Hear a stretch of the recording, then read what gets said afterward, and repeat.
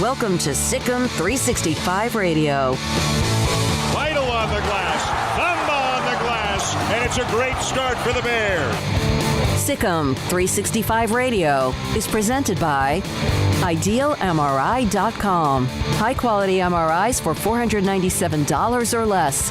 IdealMRI.com. Your health is important, so is your budget. Steps up and throws. He's got a man open. Caught! Atkinson down the sideline. Big play from Baylor. The 3 o'clock hour is sponsored by Waco Custom Marketplace. Meats, sweets, Texas treats, and a cut above the rest. 425 Lake Air Drive, Waco. And on second down, it's Williams up the middle. Short of the first, the ball is out. It's scooped up by the Cowboys. On the run up the field, Aldon Smith motoring to the other end, and Aldon Smith will take it in for a Dallas touchdown. Now here's David Smoak, Paul Catalina, and Craig Smoak. All right, here we go on this Tuesday afternoon. It's really the first full day with not much at all NFL. There's always going to be speculation because of the quarterbacks, because of Deshaun Watson. Always something about the Cowboys and Dak Prescott. But I saw this tweet. Craig Smoak to my right, Paul Catalina to my left, the opposite for you watching. We have Jack McKenzie back in the studio today, and Armstrong Sims, the genius, running the mothership. He asked me to start saying that to him, requested that, kind of like a walk-up song in baseball. Grant Paulson, who covers the Redskins, I saw this tweet from him. This offseason could be the start of an NBA-like turn for football. Quarterbacks seem to be making public pushes for more power and influence over roster decisions. Well, we've kind of talked about it, Craig. I think I've heard you mention this several times when the NBA guys do what they do and say we're going to do this. How long is it before the NFL does it? Now, Major League Baseball is a lot harder to do right now because free agency doesn't really happen like it used to, where on the first day of free agency in Major League Baseball, people are giving out $200 million contracts. That's not really the case now. But in the NFL and the NBA, there's some desperation from teams to get things done quickly. And if Deshaun Watson can force his way out and other guys can start forcing their way out or forcing guys in, then, I think there is a potential for that. Yeah, I think it's maybe a one-year thing that we're going to see this. I'm curious to see if this extends into, the future and becomes a permanent staple. I have a hard time imagining that, NFL franchises are going to be keen on a yearly kind of, wild card with the quarterback spot. And, there are a lot of teams that are settled, but for those that aren't, if you can pull off a mega move to bring in a Matt Stafford like LA did, then yeah, why not go and do it? And if you're Detroit, hey, Jared Goff's not Matthew Stafford, but hey, we're not winning anything with Matthew Stafford. Might as well try to do something different. And so I think it's actually in that way good for the league that a team like Detroit could have a chance to kickstart themselves. But, at the same time, I hope it's not a common occurrence that every year, all of a sudden a guy's unhappy. Why is he unhappy? Well, the contract he signed a year ago, which I know Deshaun Watson's situation is more complicated but there's not a storyline that I get more tired of usually than the NBA star who's recently signed a new mega deal, or just a star in general in any sport that wants out like right after they've signed that deal. I hate that. You signed a piece of paper. That's what it should be. But no, it's been very NBA-like. I hope it doesn't continue to be that way, though. I hope this is just a unique offseason or two where it's like this and the chips fall where they may, the dust settles, and people are on the teams that they're on. Because with the NBA, it's just quite frankly not my cup of tea to see players moving around as often as they are. Well, once you open up, though, that Pandora's box, sure, you can't close it. And even though this year there may be more quarterbacks that seem to be on the move or could be on the move, or even because of the Deshaun Watson story. But I think once you open up the door, the agents aren't going to let you close it again. It's kind of like when free agency began back in the 70s in baseball. They surely weren't going to give that up. Yeah, but at the same time, how many guys are really options to be able to do that? Who has the power to really be able to swing this? Deshaun Watson does. The quarterbacks themselves are being put in the positions. It's not like, Carson Wentz, that situation became mutual, like to the point where Philadelphia obviously, does not have long-term plans for him, and he saw the writing on the wall. Deshaun Watson was absolutely okay, I'm unhappy here, now I want in. And we see quarterbacks from time to time, like a Dak, who have their contract situations, but I don't know how many guys are really going to be able to throw their weight around, so to speak. Let's think about who they are. Okay. All right, Russell Wilson. Yeah, he could throw his weight around. Mm-hmm. And right now there's rumors going around that he could be on his way out of Seattle, and that could be more of a mutual thing as well. Yeah, I mean, if somebody wanted him, yeah, but if I'm Arizona, I'm not letting him go anywhere. Tom Brady. Oh, yeah. I mean, he's got weight. Unrealistic, but yeah. I mean, he didn't. New England let him go, and he decided to sign with Tampa. And, that was another mutual kind of thing where both sides had kind of felt like they had done all they could do together. So, Dak Prescott. He's doing it. Yeah. All right, Aaron Rodgers. He could, but he seems to be, okay with Green Bay. I know they've had their little tiffs here and there, but he seems like to be the type of guy who's not really looking to get out. Deshaun Watson. Obviously. Oh, yeah. Okay. Not going to go with some of these teams. Roethlisberger's, they would let him walk. If he forced it, the Steelers wouldn't listen to him. Well, I mean, yeah, he's got a $41 million cap number for next year. So Lamar Jackson, yeah, I think he could a little bit. Baker Mayfield. I mean, Lamar Jackson could try to, but I don't see what Baltimore would. I don't think they would. They're not going to budge on that. All right. Patrick Mahomes. Doesn't need to, but yeah. Yeah. But he could. So there's not really the Raiders. 6 or 7. The Raiders, for example, like Derek Carr, they don't even appear to really want Derek Carr that much. So in some situations, it's a mutual thing. Like I was saying, I don't think there's so many premier quarterbacks who are unhappy in their situations, but the team really loves them, but they can't really do anything about it. Like Derek Carr to me is kind of like the restaurant you go to when the one you wanted to go was full. Like, he really wanted to go to this one, but there was an hour and a half wait, and there's no wait. And you're like, it's fine, but I really wanted the steak across the street. Yeah. And I think that's how the Raiders look at him. But then there's a new flow of new talent that comes in now. So then there'll be 2 or 3 others. Of course, they're going to be under contract. But it does appear that's just something to think about. 254-339-1122. Do you feel like the NFL with the quarterbacks could eventually, very soon, or even just maybe this year, start to pull some NBA, I'm going here and he's coming with me, or this is a super team? Football is maybe the ultimate team sport. Don't ever forget that, no matter who the quarterback might be. Craig, you brought up the ratings for Tom Brady.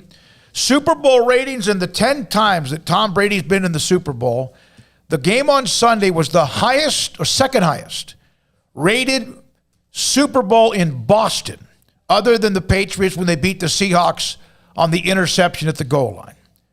It was the second highest watched Super Bowl in Boston, other than the one that was maybe one of the highest rated Super Bowls ever. Yeah, Bostonites still love their Tom Brady, obviously, or they were hate watching. Or masochism. No, that's what I mean. They were hate watching. And thinking like, oh, I don't really want to watch him succeed, but I'm watching because I'm hoping he fails and he can only win Super Bowls in Foxborough. But that was obviously not the case. I'm sure the World Series numbers were similar based on scale for watching Mookie Betts with the Dodgers. Yeah.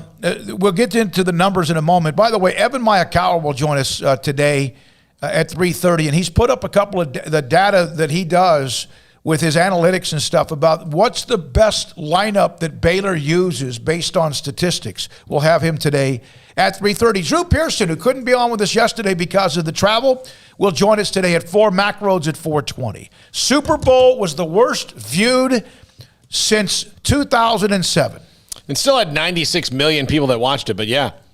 But at one point, there was 114+ million that watched that game I referred to earlier, the Patriots and Seahawks. Well, it was very obvious that the ratings were going to be down, and that's why they didn't release them when they typically would. They released them like well over 24 hours later, and a lot of people, after hours went by and a couple of delays had gone by yesterday afternoon, there was a lot of people assuming that they must not be great numbers, and the NFL was taking more time to try to find a way to sort of spin them. I don't know how you really need to spin 96 million, but that is down, and so that is not perfect news for them. All right, let me ask you this. Does this mean anything? Is there a reason for this? For the second time in 3 years, the game failed to eclipse 100 million TV viewers.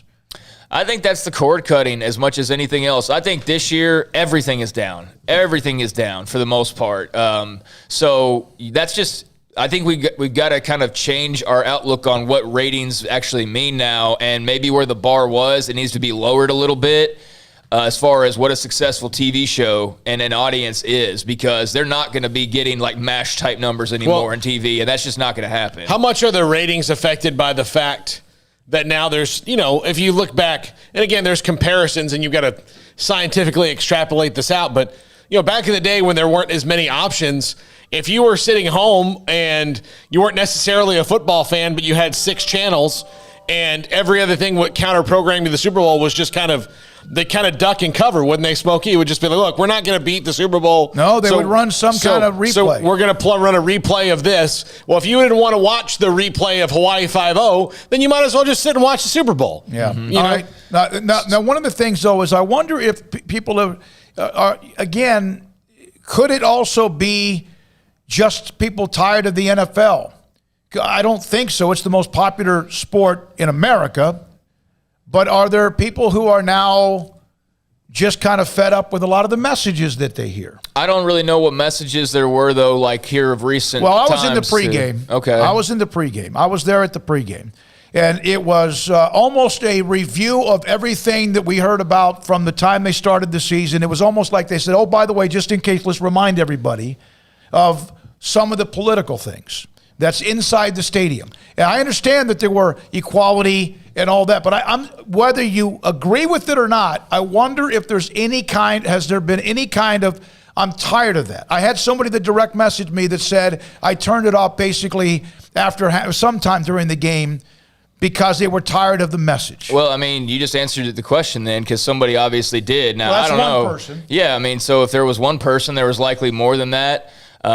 Yeah, I'm sure there's some of that sentiment, and I'm sure there's a portion of people who just aren't as interested, just for whatever reason. I think when you look at the last year, sports as a whole has probably taken a hit just because people learned, like, hey, I don't need 162 games of baseball. Hey, I don't need a full 82-game regular season in the NBA. Hey, I don't need this, or I don't need that, or I don't need to follow as closely to this. And so I think there's been some of that. I think people have found new hobbies. I think people have found new outlets, and people have figured out some things that maybe don't really matter in their lives as much anymore. So that could be because of just interest level. That could be politically, whatever the case may be. I mean, for me, I didn't flip it off because of any political message or anything like that. So I don't want to speak for that audience, but yeah, sure, there's probably some of those. Now, is there 20 million people doing that? I don't know about all that. I want to make sure that we also realize that Mack Rhoades is going to be on with us at 4:20. Some of you sent me notes that you wanted to know about.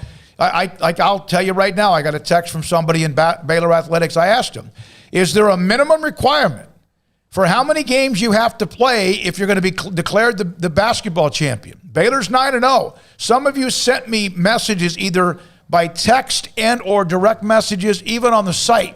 Hey, would you ask Mack Rhoades, is there a minimum requirement? Ashley Hodge reported something yesterday or said something yesterday. You have to play 14 before you start to forfeit or what? I don't know. There's a lot of you worried about that. Should there be a minimum requirement of how many games are played in the Big 12 in men's basketball to be considered the champion? And before you answer that, were you pounded on Ohio State in football? Yeah, but I think there's one caveat with the Ohio State thing is that Ohio State changed the rules. Like, what are the rules, and then do the rules become when all of a sudden you need the rules to play in your favor? You know what I mean? So that I get that. I mean, I don't foresee the Big 12 saying if Baylor doesn't play another game, like, yeah, there are Big 12. I mean, yeah, that's really tough. So I'm interested to hear people's feedback on that because I certainly don't think they're trying to pull in Ohio State right now. At least they're not. Well, it's really Ohio State was also the Big 10 changing the rules, but Ohio State being as good as they were, obviously. Yeah, and Baylor's right there. They're number 2 in the country at 17-0. But it's the Big 12. This is also a tournament where multiple teams get in, and Baylor's being the conference champion or not is not going to have an effect on the committee necessarily, because most likely they're going to be a number 1 seed and get a 116. They may not have to play. They may not play. Well, I'm not going to say this because if they don't play another game, would they be the number 1 seed? I mean, like, just based on their body of work, I would have to say yes. Armstrong. If Baylor somehow or another, because Villanova had like a 28-day shutdown. I saw Ashley refer to this in the premium section, and they came back and they played pretty well. Baylor's good. The problem is that they got shut down right when they were playing their best basketball, which has really been almost all year long, but they really had gotten themselves into an elite groove. Should there be a minimum amount of games they play before they're declared the Big 12 champion? Yes. Those are two different questions. The number 1 seed and the Big 12 championship. If they don't play another game, are they a number 1 seed? Yes. Okay. But if they don't play another game, they shouldn't be Big 12 champions, I don't think. If another team depending on how many plays other games, all their games. Yeah, if another team plays 18. Okay. Yeah, and especially if there's, like, it's West Virginia, right? Like, West Virginia's right there. Yeah, they're 3 back. And they, they're within the margin of error where they could have played Baylor twice. Because the Big 12 championship isn't decided by a committee sitting around watching the game. Standings. It's stats. Yeah, standings. Yeah. But wins and losses. But yeah, my point, before you threw out the other hypothetical, my point was, though, that the Big 12, because all these, they don't have to try to get a team into the postseason basketball-wise, so they don't have to go and change the rules. The Big 10 but I'm going to stop you for a second. I'm being told there is no rule. There is no minimum requirement. So that's what I'm saying. So yeah, is like they don't have to pull a Big 10 unless there's some rule to it. Yeah. I mean, like that. Then Baylor's just the champions now. What about this? If Baylor, let's say, like in your hypothetical, they're done playing or whatever, and then West Virginia loses tonight to Texas Tech, and they've now lost 4 Big 12 games. Yep. I mean, how many would have to be the minimum where you go, all right, even if Baylor is not playing these games, there's no way they would have lost 5 conference games in their final, 10 or 9, excuse me. I mean, you'd have to look at it that way, I think, as well. So let me ask you this. Let's say there's a minimum, and let's say they somehow keep winning. And I mean that because we don't know what's going to happen post the shutdown.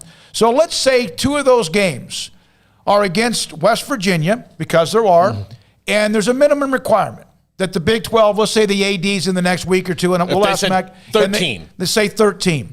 And Baylor's at 12. And 2 of the games that are makeup games left on their schedules, West Virginia, and West Virginia says we're not playing.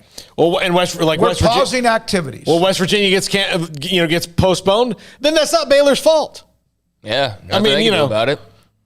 I mean, and in the end, none of this is anyone's fault. But what if you cannot play to win?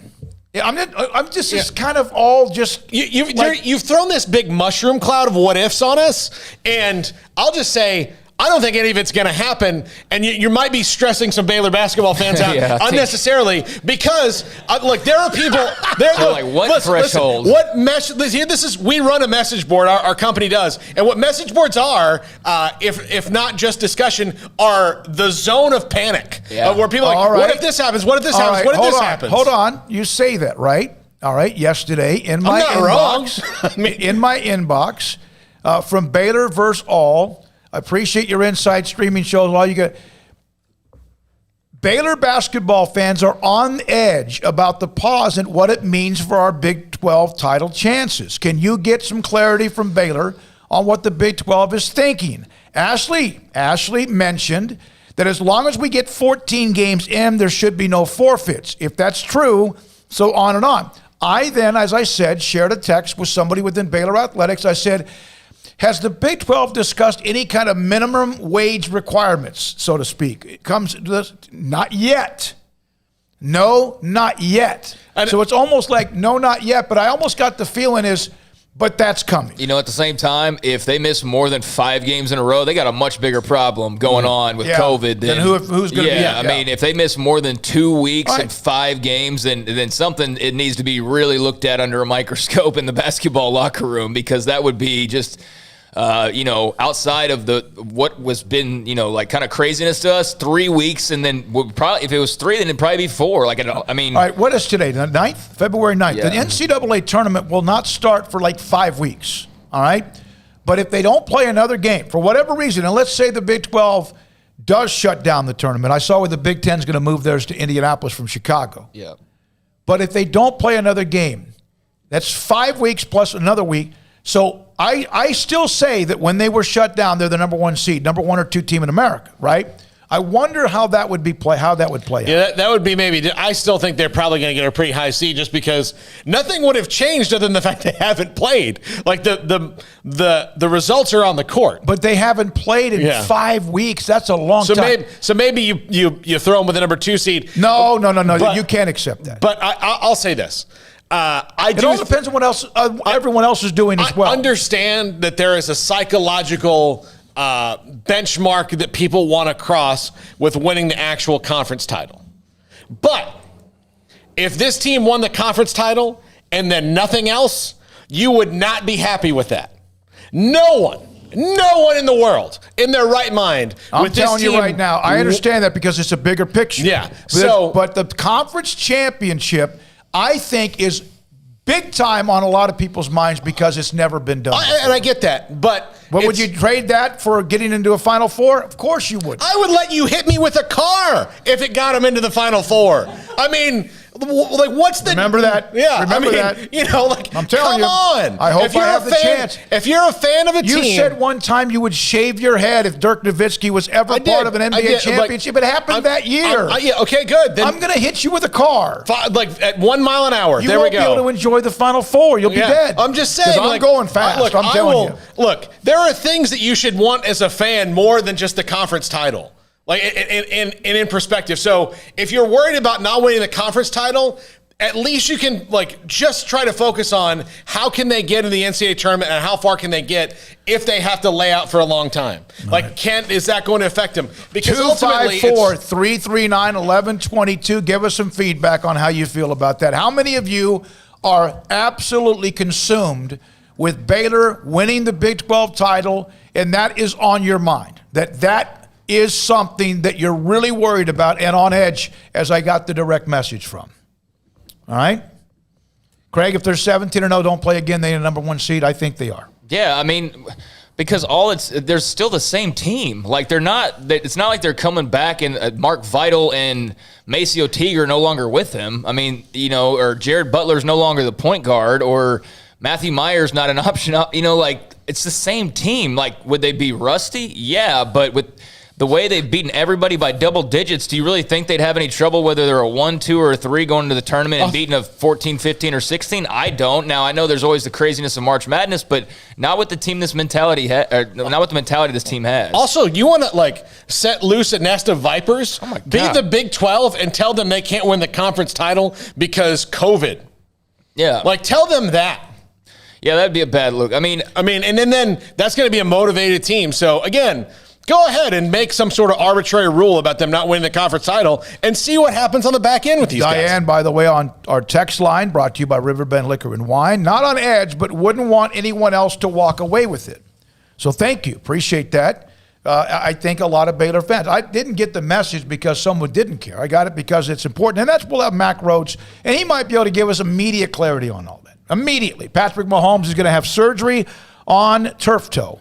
That's got to be, I know you've talked about when you broke your toe. I would think surgery on your toe is something that just hurts like hell.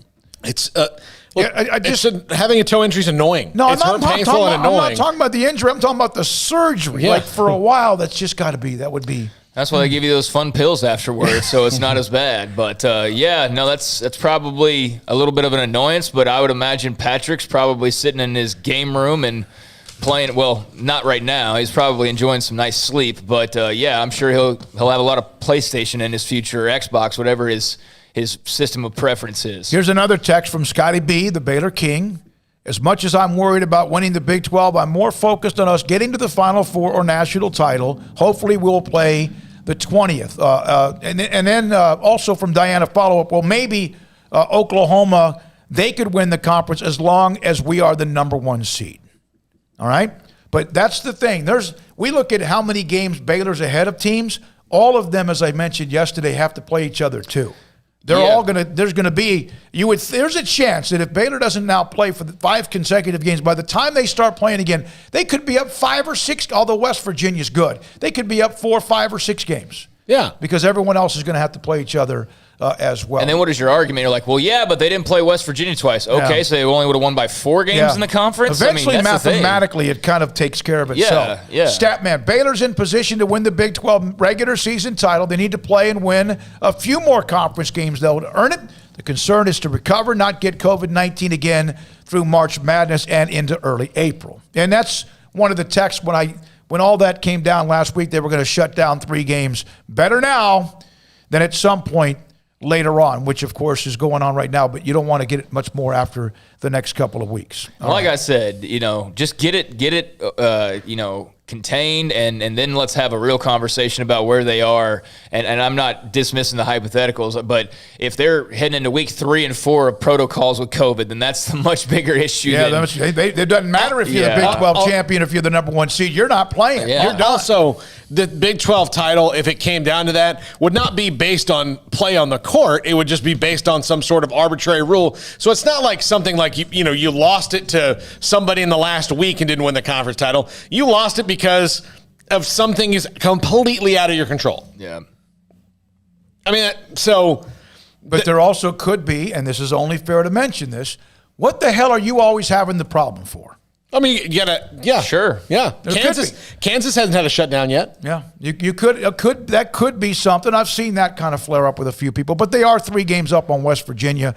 Also, last night Kansas did win. They beat Oklahoma State. There's another team with another loss. That's 6 now for Oklahoma State. Tonight, Texas plays at K-State. They should get back on track, but they're 4 back. Iowa State at TCU doesn't matter when it comes to the top of the conference, and then West Virginia at Tech.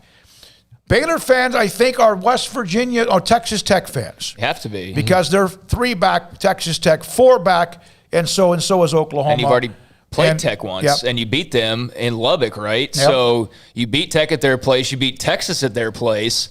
You're waiting on the return visits. The only team you haven't played, you beat Kansas already.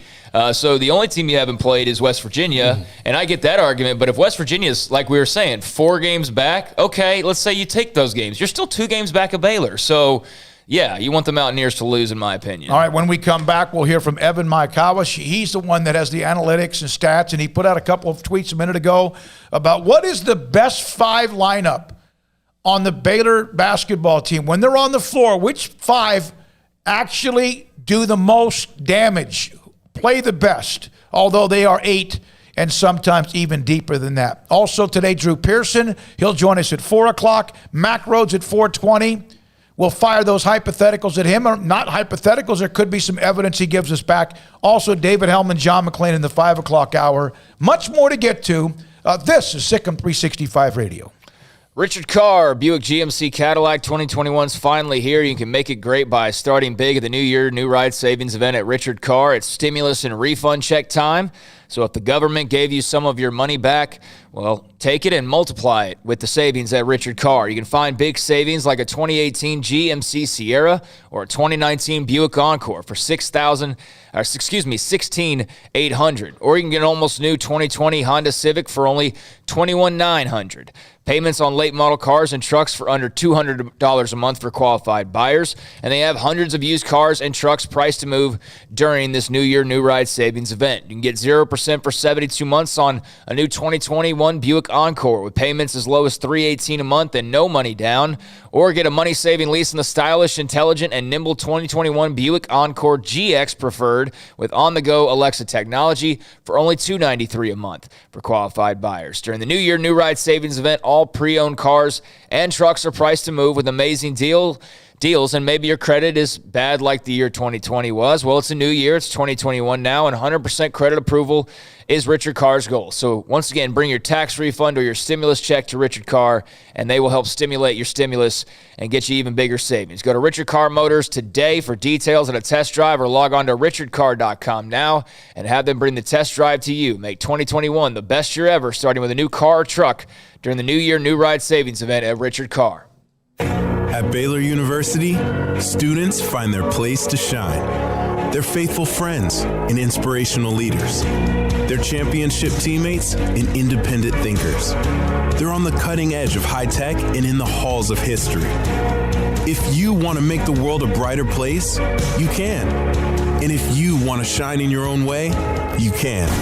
The spark you need is already inside you. Bring it to Baylor, where lights shine bright. Did you know that 1 out of every 4 men have symptomatic low levels of testosterone and don't even know it? And if you think you're too young to worry about it, guess again. Low T levels can make you feel tired and grumpy, cause weight gain, and wreak havoc on your sexual desire and performance. Petty Clinic Low T can set up same-day blood screening and results, so if you're tired of being tired, I challenge you to man up and Google search Low T Waco or go online pettycliniclowt.com. It's a private clinic with an atmosphere catering to men. Affordable, only $150 a month, includes lab work, office consultation, testosterone injections, follow-up visits compared to $395 a month in Dallas or Austin, and you don't have to fight the traffic. Petty Clinic Low T as board-certified physician consultations will provide the best form of brand-strength testosterone available. Contact Petty Clinic Low T today, just off Highway 84 and Old Hewitt Drive in Woodway. Petty Clinic Low T, helping men become the high-performance men they deserve to be. PettyClinicLowT.com or Google search Low T Waco.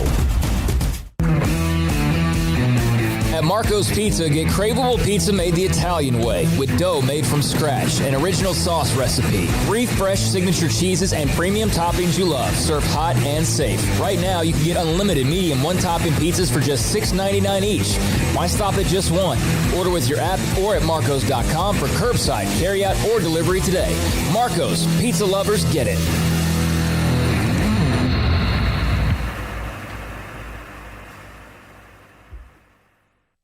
After my first car accident, I feared the biggest damage would be to my wallet.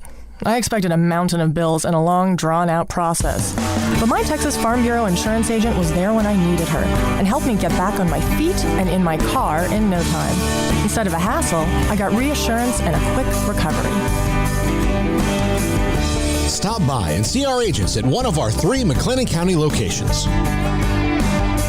Coverage and discounts are subject to qualifications and policy terms and may vary by situation.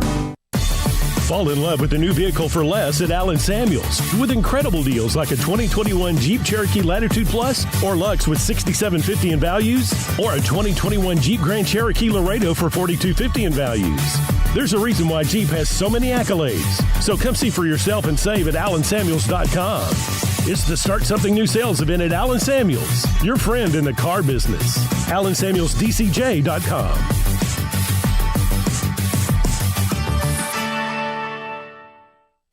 At Ideal MRI, we feel blessed to be part of the Waco community. We're a small family business here in Central Texas. At times like this, the cost of healthcare has never been more important. And unfortunately, significant illnesses and injuries still occur. And that's why Ideal MRI is open and here to serve you through this difficult time. So if you need an MRI, ask your doctor about Ideal MRI. You can schedule online in minutes at idealmri.com or call 833-IDEAL-MRI.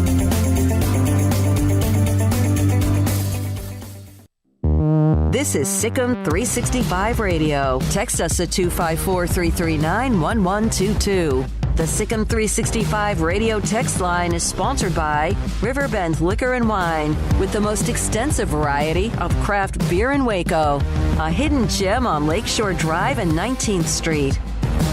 By the way, at 3:45, the new head football coach, the old football coach at Yo High School, Rick Rhoades, will join us. He was named last night the head coach.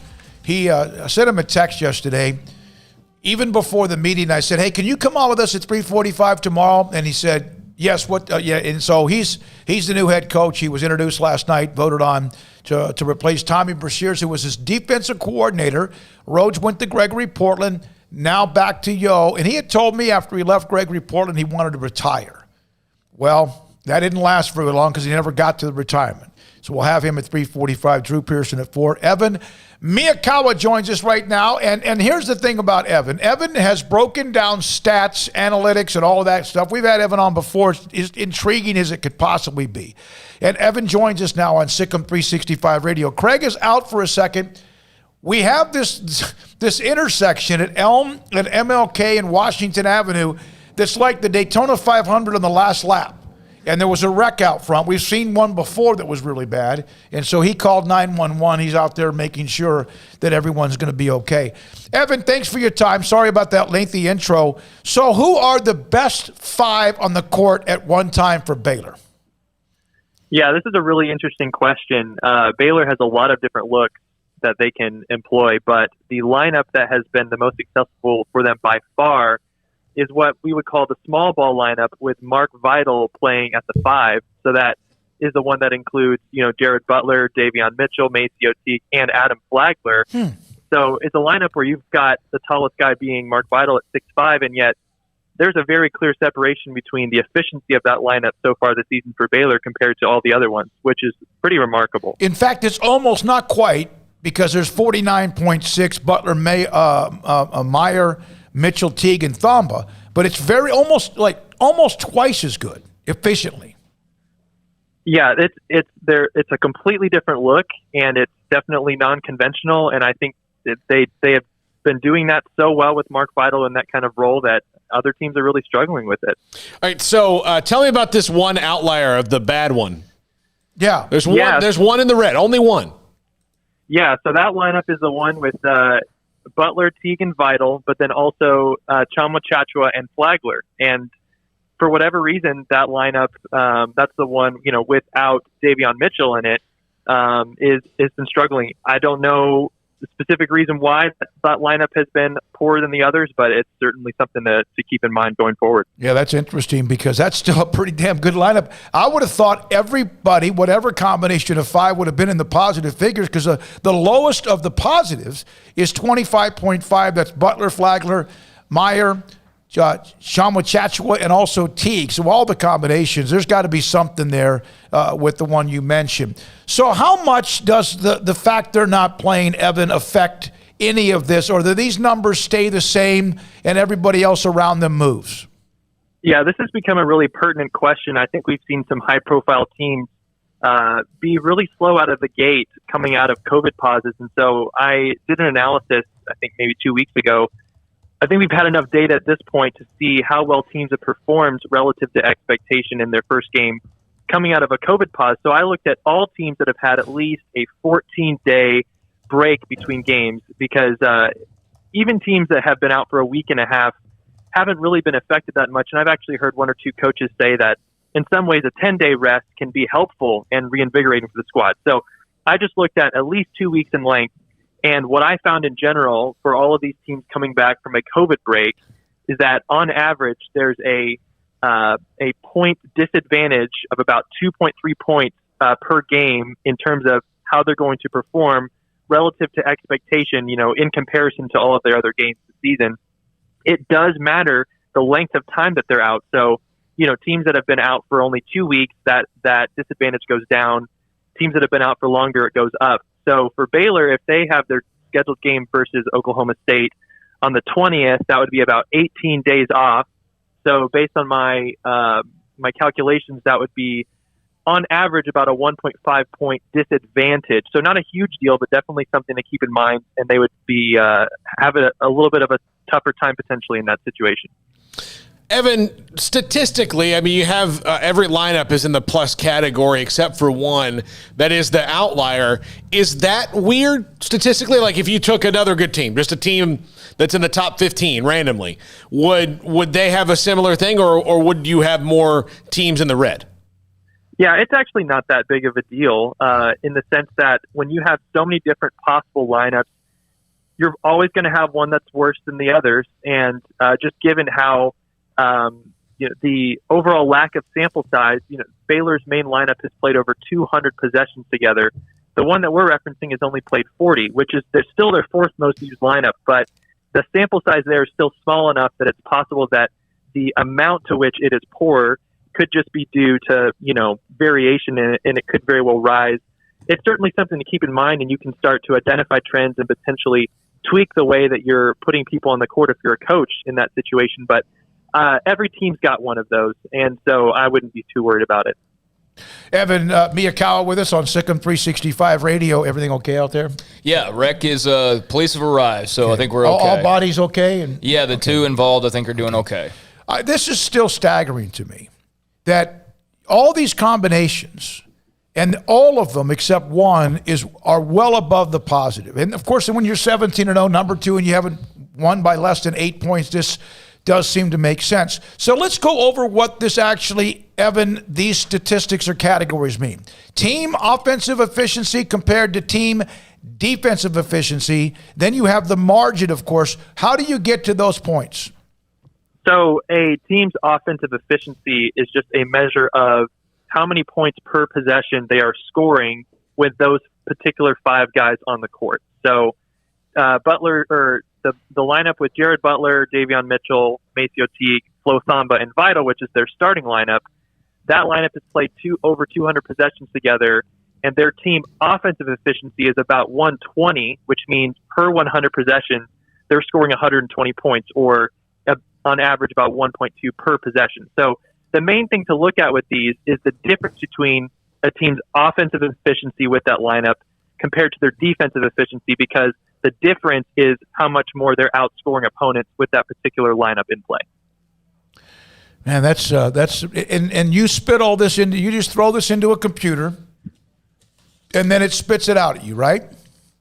Yeah, I just kind of throw it in a bowl and mix it together and see what comes out every morning. It's like a Caesar salad or something. Guacamole like or a hot sauce or something. I love it. Better. You had some responses. Sean Paul, I figured it was their best lineup, but didn't realize by this much. Having 4 shooters rather than 3 with 2 non-shooters is much better. And Mitchell can defend everyone unless he's facing a 7-footer, so he's good to have at any of the spots. And, of course, obviously the Mark Vital factor, playing much bigger than his height. He plays much taller and bigger and stronger than his height. Well, no, I don't think anybody told him he's only 6'6". No one ever told Barkley. Barkley was that way. You have guys that are Barkley. I don't think was ever any more than 6'6". I think they listed him at 6'7" or 6'8", whatever. No, I don't think Charles Barkley. I mean, I've never, maybe once or twice at something, an event, I've seen close to him, but I don't think he was ever that tall as well. Bill Russell was 6'9". He played better than Wilt at times against each other. All right, Evan. So, is there a player, the Matthew Meyer intangible? I call that an intangible. How much does he polarize your numbers? Because he could obviously give them a lift off the bench, and yet at times also, because of who he is, he can also make you again want to grab your hair out. Yeah, it's the fact that he's not a starter certainly makes our conclusions about him a little bit less conclusive, but I'm really looking forward to seeing especially what his role will be, not just going into March, but also next year as he has more of a role. But when you look at the advanced metrics, both in terms of his own individual stats, which are really good, but also in terms of how well Baylor is playing with him on the court, there was actually no one on the team who has a higher team offensive efficiency. So, in other words, of all the players Baylor has, on a per-possession basis, they're playing the best with him on the court offensively. So that's saying something. Certainly, when he steps in, he brings in a dimension to that offense that they don't have, and it's working for them when he's on the court as well. 4 of the top 7 players are Gonzaga. 3 of the top 7, Butler, Mitchell, and Teague, are Baylor, and then 4 of the top 10, including Mark Vital, a part of this, again, the analytics as well. Evan, tell everyone again, in case they didn't remember the last time when you were on or they didn't hear everything. You're a college basketball, basically advanced analytics. How did you get involved in all this? And I know you've done all this with Baylor and Dr. Harville and all the people within that department. Yeah, so I'm working on my PhD in statistics at Baylor currently, and this just started as a side project for me a while ago, and I've just been building this up in my spare time, but it certainly comes very naturally to me at intersection of sports, which I love to follow, and obviously my great statistical education I've been receiving at Baylor. So this was just a really easy extension for me, and so this website that I put up this year, it's the first time this stuff has been public, and it's been really fun to see all the engagement that it's got. All right, buddy, you stay in touch with us, okay? And hopefully we'll be able to have some more games to add to the mix with what you do. That's Evan Miyakawa. And oh, by the way, on Twitter, if you want to go follow him, and we expect you to do that, at Evan, M-I-Y-A, Evan Miyakawa, at Evan, M-I-Y-A. All right, when we come back, we're going to hear from Rick Rhoades. He's back at Yo. They won some state championships when he was there. He's back. He was at Gregory Portland. He's the new head coach. I think that he was pretty much, not saying he was the lone candidate, but pretty much when all of a sudden he showed interest, or I don't know who contacted whom first, that pretty much ended that coaching search. Well, it was funny to see, you had already hinted at it, but local TV, like at 6-something last night when that meeting's going on, they're showing pictures, and it's like the meeting has convened, and there's Rick Rhoades in Yo gear. He's got the Yo face mask. Yeah. It's like, I think we know what's about to happen here. Yeah, he's not just there to say hi to everybody. They weren't clandestine about it. No. They weren't. And there was a little bit of smoke. We'll talk to him about this. His son, Jack, played quarterback at Yo. They were in that state championship game when Dangerfield got him in the last seconds of the game. And then, of course, Cameron Yo eventually went on that great run that they had with Trayon Smith and company. But Jack, his son, was a quarterback, and with thoughts that maybe he could be a part of this. And trying to pull the old Riley Dodge? Yeah, maybe. Yeah. Rick Rhoades. And then Drew Pearson, finally, it's official at the Hall of Fame. He's also going to be a part of the next couple of segments. This is SicEm365 Radio. If you are in the market for a new home or trying to sell the one you've got, you need to call my good friend Lance Donaldson and the Donaldson family team, brokered by eXp Realty. 254-214-3713, or just look him up. Google Lance Donaldson, eXp Realty, and take you right to his website. And you can see all the listings he has all over Central Texas, not just McLennan County, but maybe some in Limestone County or Bosque County. He's got stuff all over the place. And he is a guy who's going to listen to what you have to say. He's going to take all that information, and he's kind of magic with this. He's like a Jedi, and that he'll kind of know what you want before you do it. That's what Lance Donaldson does. And if you need a new home and you want to have to go look through a bunch of homes and all these different things, you want somebody who's going to be fun to look at houses with. And that's Lance Donaldson and the Donaldson family team, brokered by eXp Realty. So once again, that number is 254-214-3713. How did Edward Jones become one of the biggest financial service companies in the world? By not acting that way. Financial strategies, one-on-one advice, it's a big difference. And that's why Brad Wilson, your Edward Jones financial advisor, makes sense of investing. Experience the difference for yourself. Brad Wilson, 250 Sharon Drive in Woodway, 254-776-4337. Edward Jones, member SIPC. Riverbend Liquor and Wine has their easy-to-access drive-thru open and convenient and clean in-store location on the corner of Lakeshore Drive and North 19th Street in Waco. Riverbend Liquor has the best and most extensive variety of craft beer selections in Waco, and Balcones whiskey, including single malt, pot still, baby blue, rye, brimstone, and the all-new lineage in stock. Riverbend Liquor and Wine, family-owned and operated, and a hidden gem in Waco on Lakeshore Drive and 19th Street. And find out more on Facebook and Instagram.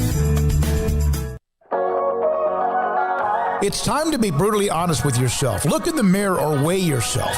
Do you weigh as much, more, or less than you did before the holidays or a year ago? Why not start the year in better shape than how you ended it and create momentum for 2021 and help strip the negative vibes, tension, pressure, and extra pounds from the crazy of 2020? It's time right now to join Waco Regional Tennis and Fitness. It's so much more than a gym, including world-class tennis courts, lessons available with pros, fitness merchandise, tanning, massage, personal training to get you over the hump.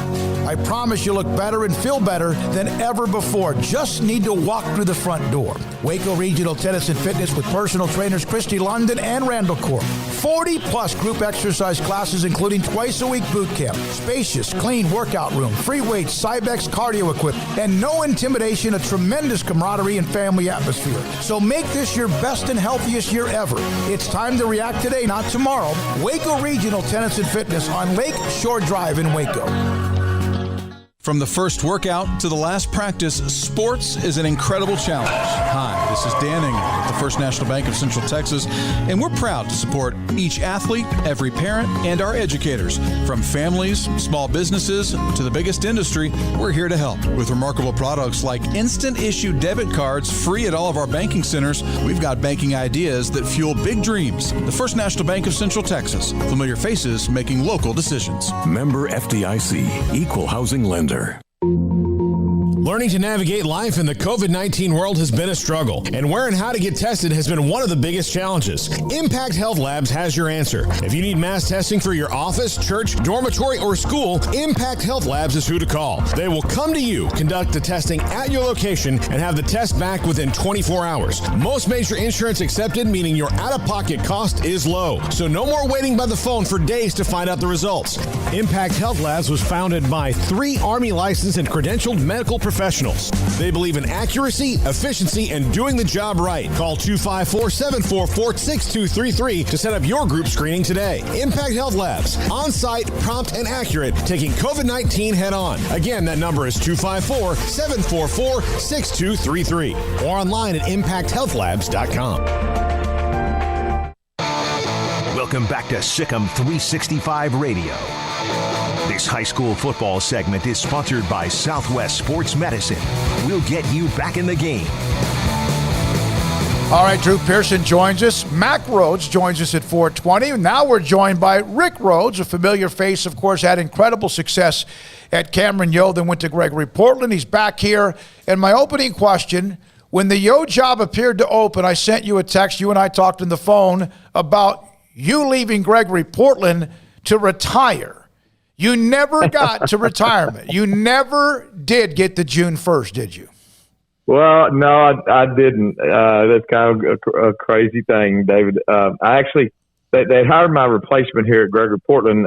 He started a week ago Monday, so I guess I got to kind of take it easy for a week. So I got 1 week of retirement, I guess, and then it's back to work. But we're excited. I mean, we're excited to get the opportunity to go back to Cameron Yo. I never thought we'd, get that up, but once you leave a school, you never think you're going to have a chance to come back, and so we're just as happy as we can be.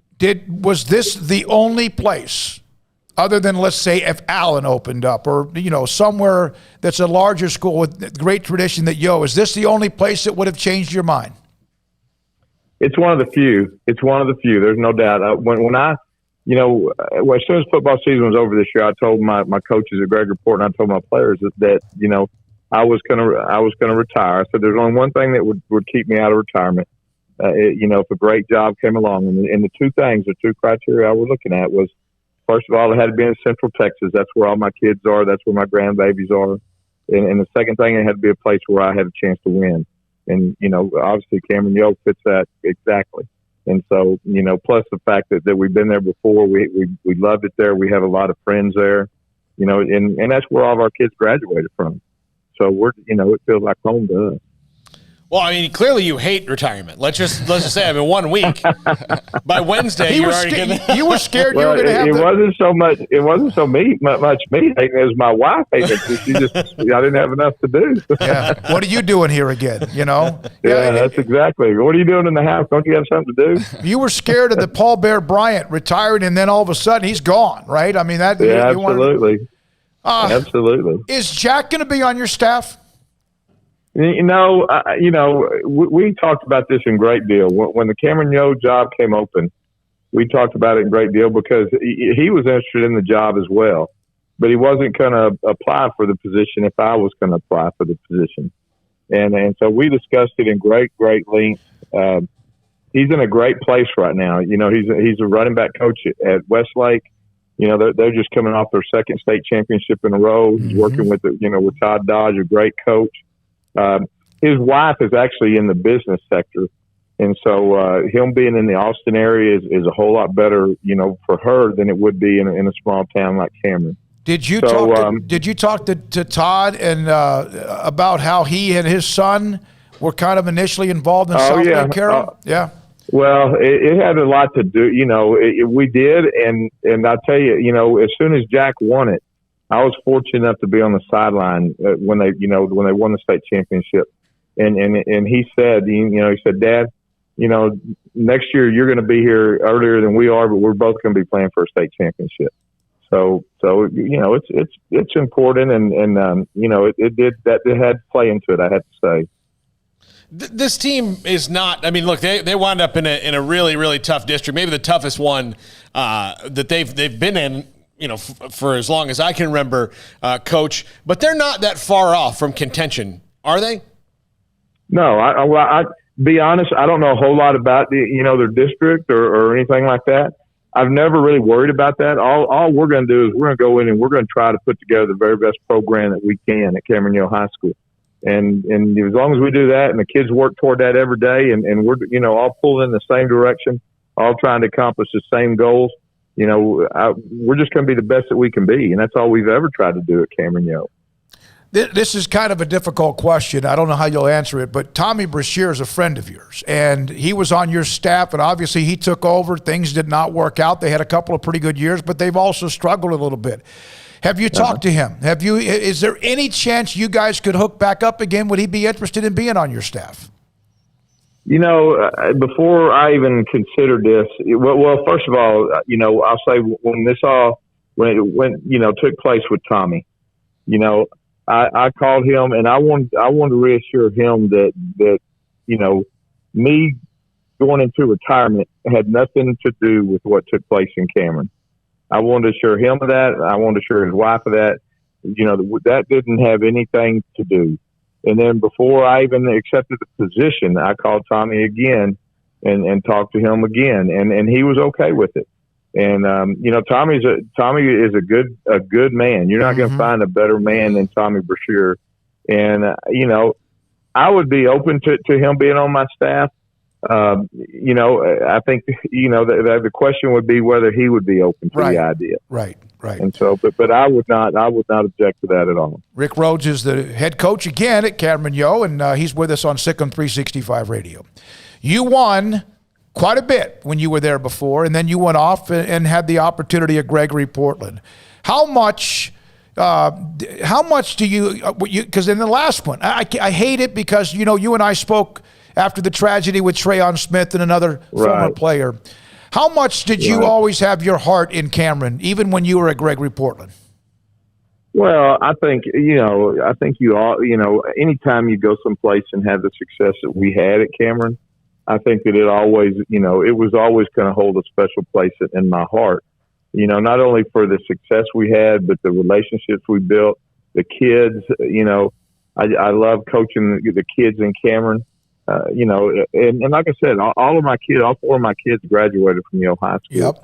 So Cameron, whether I went back there or not, it was always going to be a very, very special place in my heart. In fact, it's kind of ironic in that when I was, I was cleaning out all my drawers and stuff, from trying to give the new coach my Gregory Portland stuff, and I had one drawer in my chest of drawers that I put all my Cameron stuff in, and I never opened it, but I knew it was there, and the opportunity came along, and I get to open that thing up and wear those things again. Of course, it's probably a little bit tighter this time.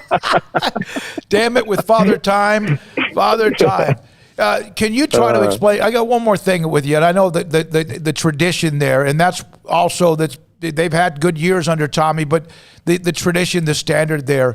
Can you explain really what that is? You know what you're walking back into, right? With what they expect at Yo.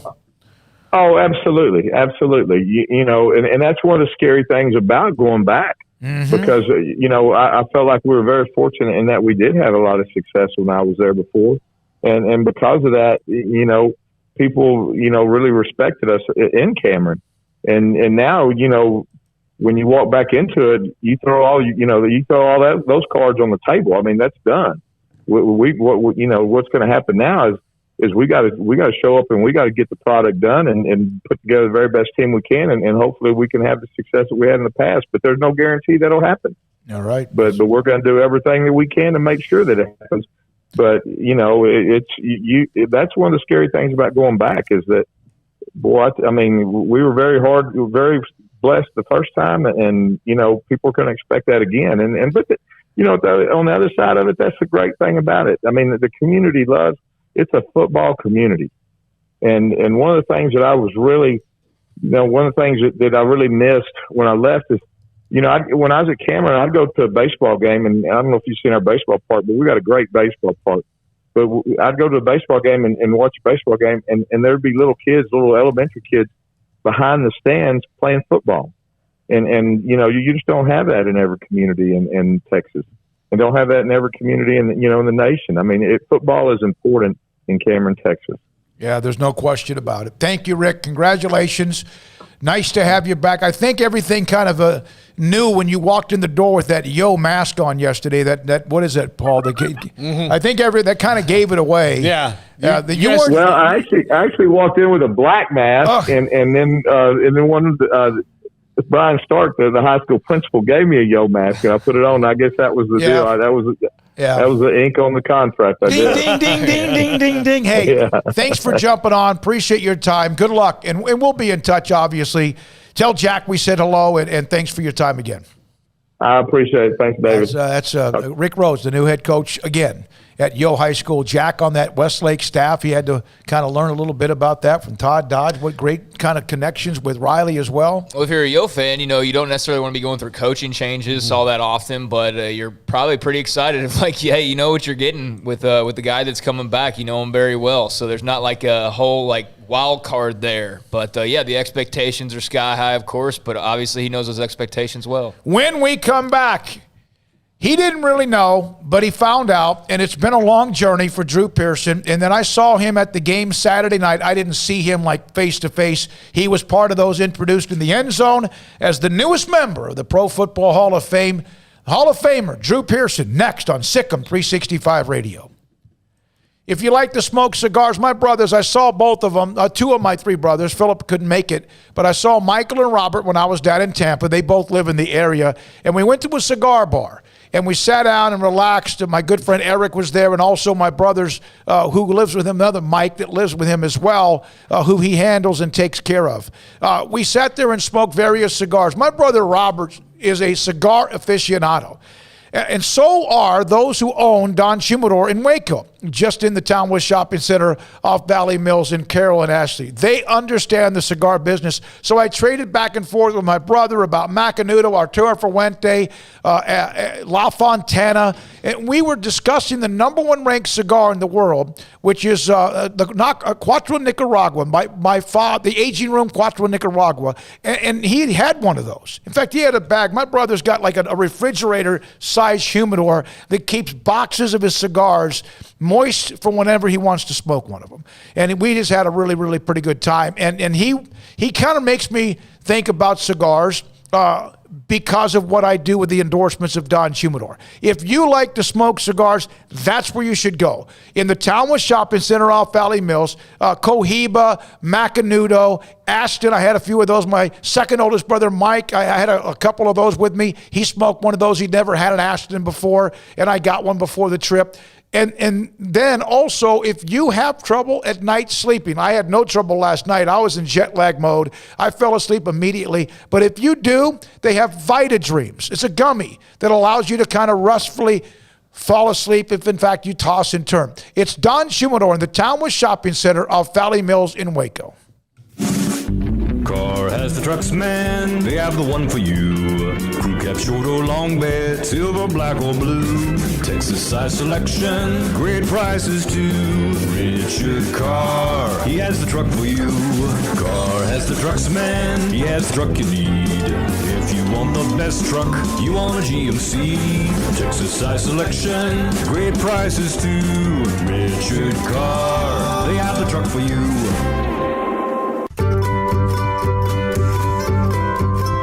You want Want to know why Stonewood Dental is so successful? Listen to what happy customers have to say.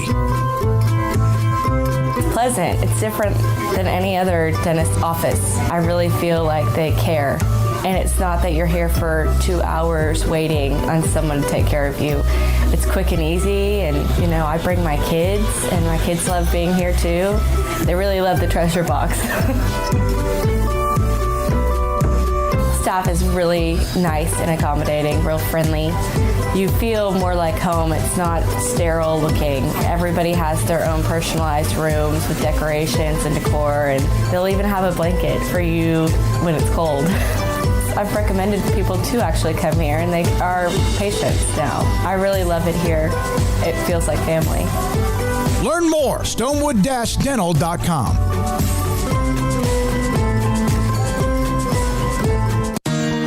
Waco's newest gym, Halo Athletic Center, 5725 Bagby Avenue, right behind Region 12 and across the highway from the Central Texas Marketplace, where motivation, inspiration, and hard work are the driving force. State-of-the-art equipment, indoor and outdoor track, locker rooms, showers, yoga and bar classes by Duality Yoga, bod pod potty composition analysis, and registered dietitians, all under one roof, where we rise above. Come join the Halo Athletic Center and be a part of the change, your change. With so many companies and policies out there, it gets so confusing shopping for insurance, and I never know if I'm getting the policy that's right for me. Luckily, I met the team at the Niche Group Insurance Agency. With the Niche Group, you can go to one company and get access to coverage options from many insurance carriers, and you get to speak to a real person about your specific coverage needs. With the Niche Group, I know I'm getting the right coverage at the right price. If you need insurance, talk to the experts at the Niche Group at 1-800-258-8302.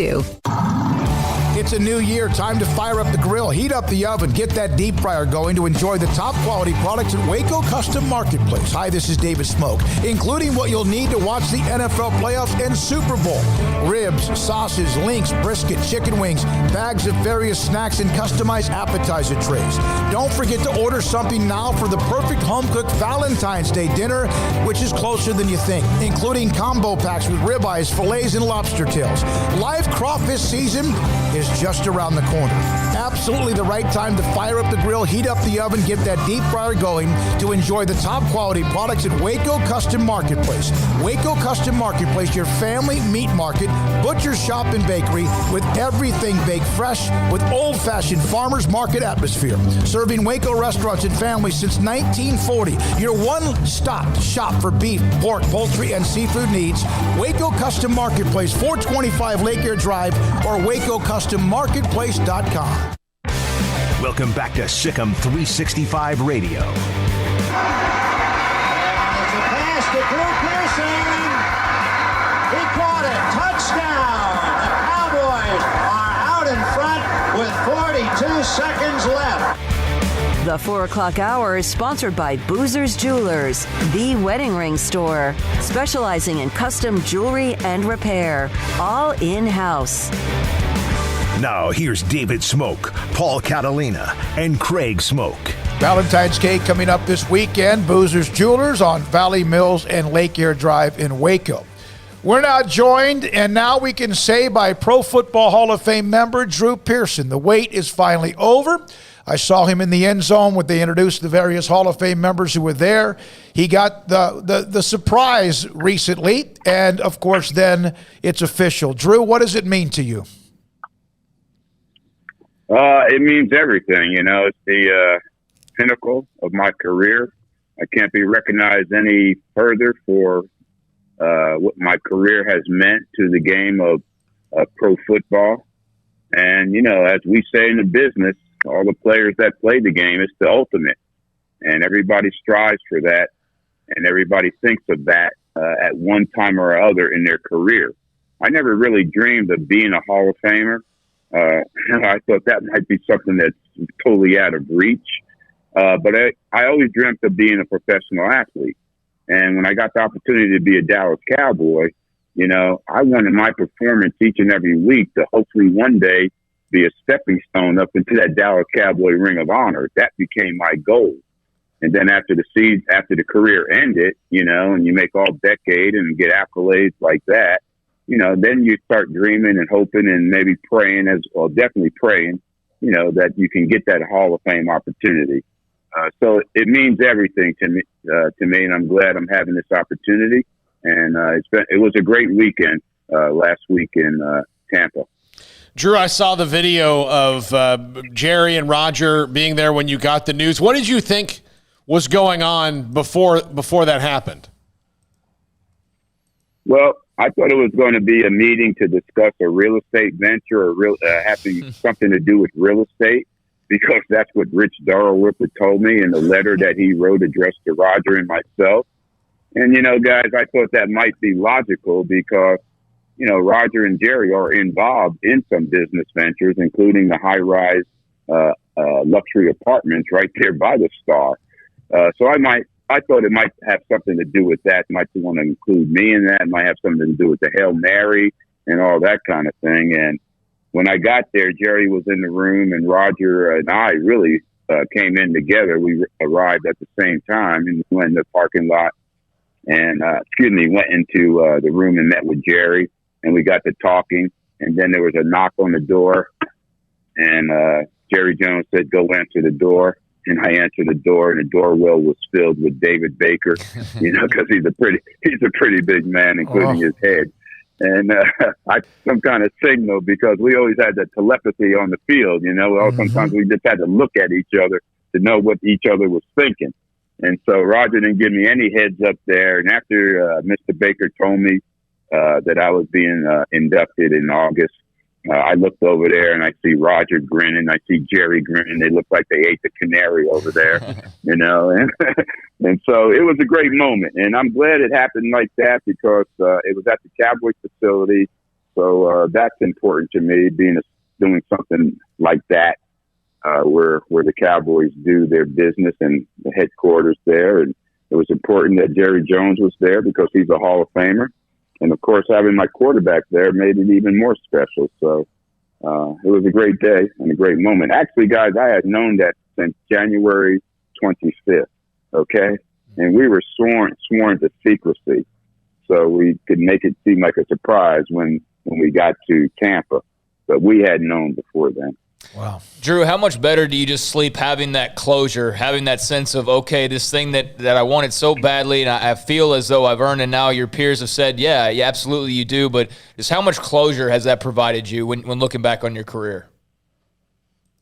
Well, sleep. I haven't slept yet. I'm scared to go to sleep. I'm scared I might go away. Yeah, it's a good dream. Wake up. Yeah, no, it means a lot, to my career. And yes, it does add closure. Exactly. I never really thought about that until you just said that. But it does. It does add closure, because what else could there be? What else is more than the Pro Football Hall of Fame? I don't know. I've been in other Hall of Fames. This is about the 8th Hall of Fame that I'm in, starting with the Pop Warner Football Hall of Fame. And so, this is closure on my career. And as far as athletics are concerned, but it's not closure on my life. Right. That's for sure. That's for sure. Drew, I have to share this with you. So Saturday night, we have these texts that come down, if it's like ESPN or whoever, you have these alerts. And I saw the alert come down that said Tom Flores is the newest member of the Pro Football Hall of Fame. And either I missed yours or I was waiting for yours. Then I see Charles Woodson is a member. Of course, you've known this, and I'm thinking, no way. I never saw your alert, so I had to go online to make sure I was not living out a nightmare for you. But that's awesome. That's so cool. That's so cool. We're happy. Well, the thing about it, guys, last January, year ago this past January, you saw me get brokenhearted by not being selected for the Centennial class. And the thing about it, I only had to wait 8 months, to feel better from that, because that's when I got the call about, being the only senior nominee for the class of 2021. And, from there, everybody's telling me you're, pretty much guaranteed. But of course, at that point, I wasn't going to take anything for granted. But it sure makes me feel a lot better than all of a sudden after 8 months where I was so dejected of not getting in that day. 8 months later, here I am having the opportunity again to be in the mix and being a part of the process. and have that hope again to, go in this time. And it happened this time. So, and it's a good time. That class I'm in with, man, that's a strong class. We had such a great time in Tampa. We kind of bonded together. And Tom Flores wasn't there because he's like 83 years old. He didn't want to travel across the country, but we did a Zoom with him and John Lynch and Peyton Manning. I didn't realize Peyton Manning was as tall as he is. That's a big dude. Yeah. And we bonded together. We've been group texting together ever since we left there, and we're going to promise to keep in touch with each other through this process. And so it couldn't happen or couldn't have turned out any better for Drew Pearson, the original number 88. Tom Flores, in fact, was on with us yesterday, and you had the travel schedule. Tom Flores joined us, and he said the same thing about the class that you did, including your name. So that it's all very much a respect across the board. Absolutely. Tom Flores, he before he was the head coach, he was a wide receiver coach for the Oakland Raiders, and he coached the late great Cliff Branch, who should be a Hall of Famer, and he also coached the Hall of Famer Fred Biletnikoff. So when we did the Zoom, he had a lot to say about me and what he appreciated from me as a wide receiver. So I appreciated that from him. Drew, we know you well to be a dapper gentleman. You're always well dressed. I know you've got a tailor at the ready. Have you had him send your measurements for your jacket already? No, not yet, but you're right. It'll be tailored fit and looking good. And I did get measured for my bust. We took care of that during the weekend. And everybody's been asking me, what are you going to do? What's your bust going to look like? You're going to have an afro or no afro? Well, that's an easy question for me. The afro will definitely be there. Nice. It'll definitely be there. Yes. The biggest afro in NFL history, so it should be in the Hall of Fame. Drew, we have had you on many times. We have had you on through the difficult struggles of why not, all of that. And it's just awesome. We appreciate, you're busy. A lot of people want to talk with you. So the fact that you joined us today means a lot. We were thrilled for you. Craig? Yeah, Drew, what's the outpouring been like from Cowboys fans out there who have been waiting for that call? Oh, it's amazing. It's amazing. Everybody's saying you're so deserving and it's about time and they finally got it right and all that kind of stuff. But it's also been great hearing from Joe Green, Joe Theismann, Marcus Allen, people like that congratulating me. And Joe Green said the Hall just got better now that you're a part of this team. Teammates like Roger, Too Billy Joe, Tony Hill, Dorsett, Charlie Waters, Arneson, Danny White, all these guys congratulating me. And the best respect that you can have is when your teammates, tell you that you're a Hall of Famer, because no one knows better than the guys you went to war with, the guys you were with and hanging around for every day. And a lot of those cases for, my career, which was 11 seasons. So, hearing those guys say that you deserve something like that, even the great Gil Brandt, saying that, Rayfield Wright calling me and saying welcome. And it's about time. So, it's good to hear the fans and what they have to say, but the respect from your teammates, that is really special for sure. Well, as a text for us on the show, Drew has been a Hall of Fame hero in the sight of his fans for decades. We appreciate it. Congratulations. Enjoy. We know you are. Enjoy the next, forever. And thanks for your time. Yes. All right, guys. Anytime. Thank you. Be safe. Drew Pearson has joined us a couple of 3 times on SicEm365 Radio. Spoke at an academic all-stars banquet a few years back, and happy for him that is now over. You've had a good relationship with him for a long time. Been around, Paul and I both been around Drew plenty of times now at this point as well, or talked to him. And I remember when he was at the banquet, did a great job a few years ago. But we all know how much that meant to him. And that's why I asked about the closure aspect of it, because, a lot of people don't get to have closure on their careers per se, especially in athletics, right? You never win that Super Bowl, or you never get that, whatever goal you had in mind. But now he's done it all. And that last thing, that glaring hole in the resume of his career has now been filled. And he's absolutely right. What a class to be a part of as well. You get on the Zoom and there's Peyton Manning and Charles Woodson and just stars galore that he'll be going in with. So, very excited to hear what his speech sounds like. All right, when we come back, Mack Rhoades, he's got some questions we need him to answer from you, from us, and from everybody. Next on SicEm365 Radio. The First National Bank of Central Texas, a name you know you can trust. 5 locations right here at home. Waco, Hewitt, Woodway, Hillsboro. I'm sorry, I lost my copy here. But I will say this. I've been with the First National Bank of Central Texas for over 15 years now, and they have not ever let me down. Whatever I've needed, whether it's been a loan, whether it's been checking, any of that has always been readily available to me and easy to deal with. They have the alerts on your app, on your phone, that if you lose your card, you can turn it off right away. Go right to the drive-thru and get a new one. Now that I've got my copy, I'll tell you. 5 locations right here at home. Waco, Woodward, Hewitt, China Spring, Martin, Hillsboro. Familiar faces making local decisions. Here to help you, your family, and your business. Whether it's great times or tough times, all of us need a bank we can count on. Great people, great technology dedicated to their customers and helping our area grow. Safe banking in person or use their online and mobile apps. Convenient drive-thrus and ATMs at all locations. And the first free checking, no minimum monthly balance, no monthly service charge, unlimited check writing, unlimited debit card purchases, and that's at the First National Bank of Central Texas. 5 locations right here at home. Boozers is the wedding ring store and more. If you're ready to get engaged or already married and want to upgrade your wife's ring for a special anniversary, Boozers is the place to go. With the largest selection of premier quality diamond engagement rings and wedding rings in Central Texas. They have 7 cases with over 300 styles of rings from top designers like Natalie Kay. Choose from yellow, white, or rose gold, plus beautiful top quality loose diamonds. With an in-house jewelry, they can also custom make anything you want. Bring in a picture or drawing and let Boozers create your one-of-a-kind pendant or ring. They can even use some of your old gold and diamond jewelry to create something new. At Boozers, you'll find a great selection of quality timepieces, and Boozers is the place for expert watch maintenance and repairs, too. They specialize in expert Rolex watch repair for fine jewelry, watches, custom work, and more. Go to Boozers on Valley Mills and Lake Air Drive in Waco. Boozers, the wedding ring store and more.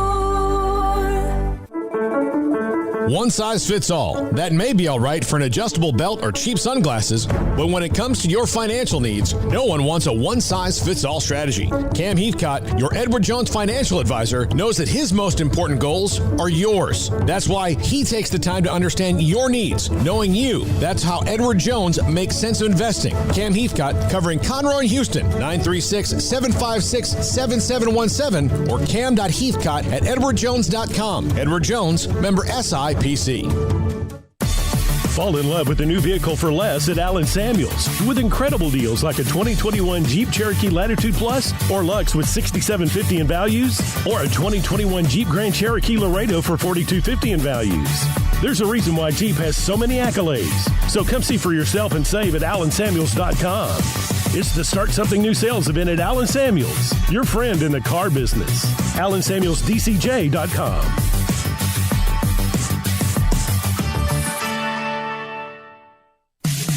In the market for a quality metal building? Since 1943, Pioneer Steel and Pipe has helped Central Texas residential and commercial customers with metal building design, panel options, building components, and trim options. Pioneer Steel and Pipe's residential line is energy efficient, offers low maintenance, reduces insurance payments, is impact resistant, and carries up to a 45-year limited warranty. In addition, they can also help you find a metal building contractor for your project. Pioneer Steel and Pipe with locations in Waco and Bryan and at pioneersboys.com. At Baylor University, students can shine in their own way. Or should we say their own ways? Because there's no limit to the ways Baylor students make the world a brighter place. Whether they're leading a student organization or following a higher calling, getting advice from faculty, or taking part in world-class research, pursuing their dreams, or working toward their dream job, students find their place to shine at Baylor, where lights shine bright.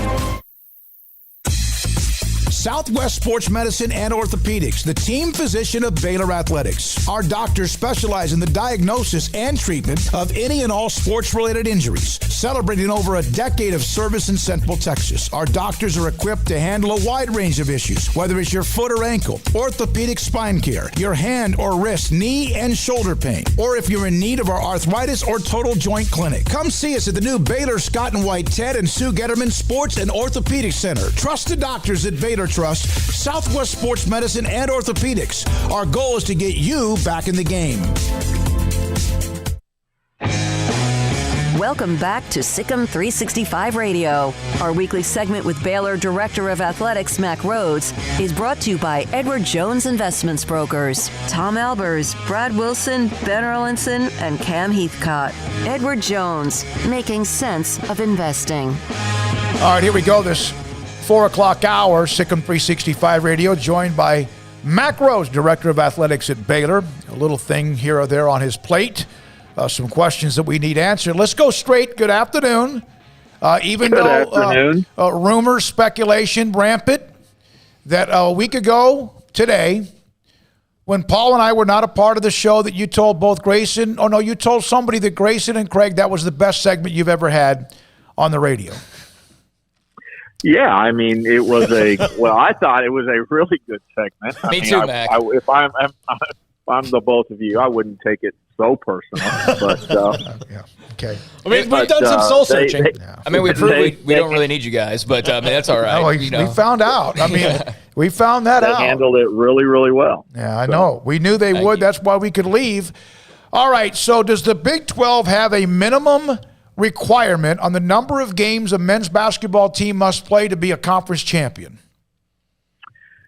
So there isn't a minimum number. I think the foundation of it, as you think about crowning a champion, will really be about the average number of conference games played by all Big 12 teams, right? And so, probably now, and instead of the 18, you're probably likely around 16. Is my guess. Yet, hard to say without the season, but without the season, completed yet. But that's where it will start, and then there's at least a process in place right now that as long as you're within 3 of that number, that average, right, your winning percentage would stay the same. You wouldn't be negatively impacted in any manner, any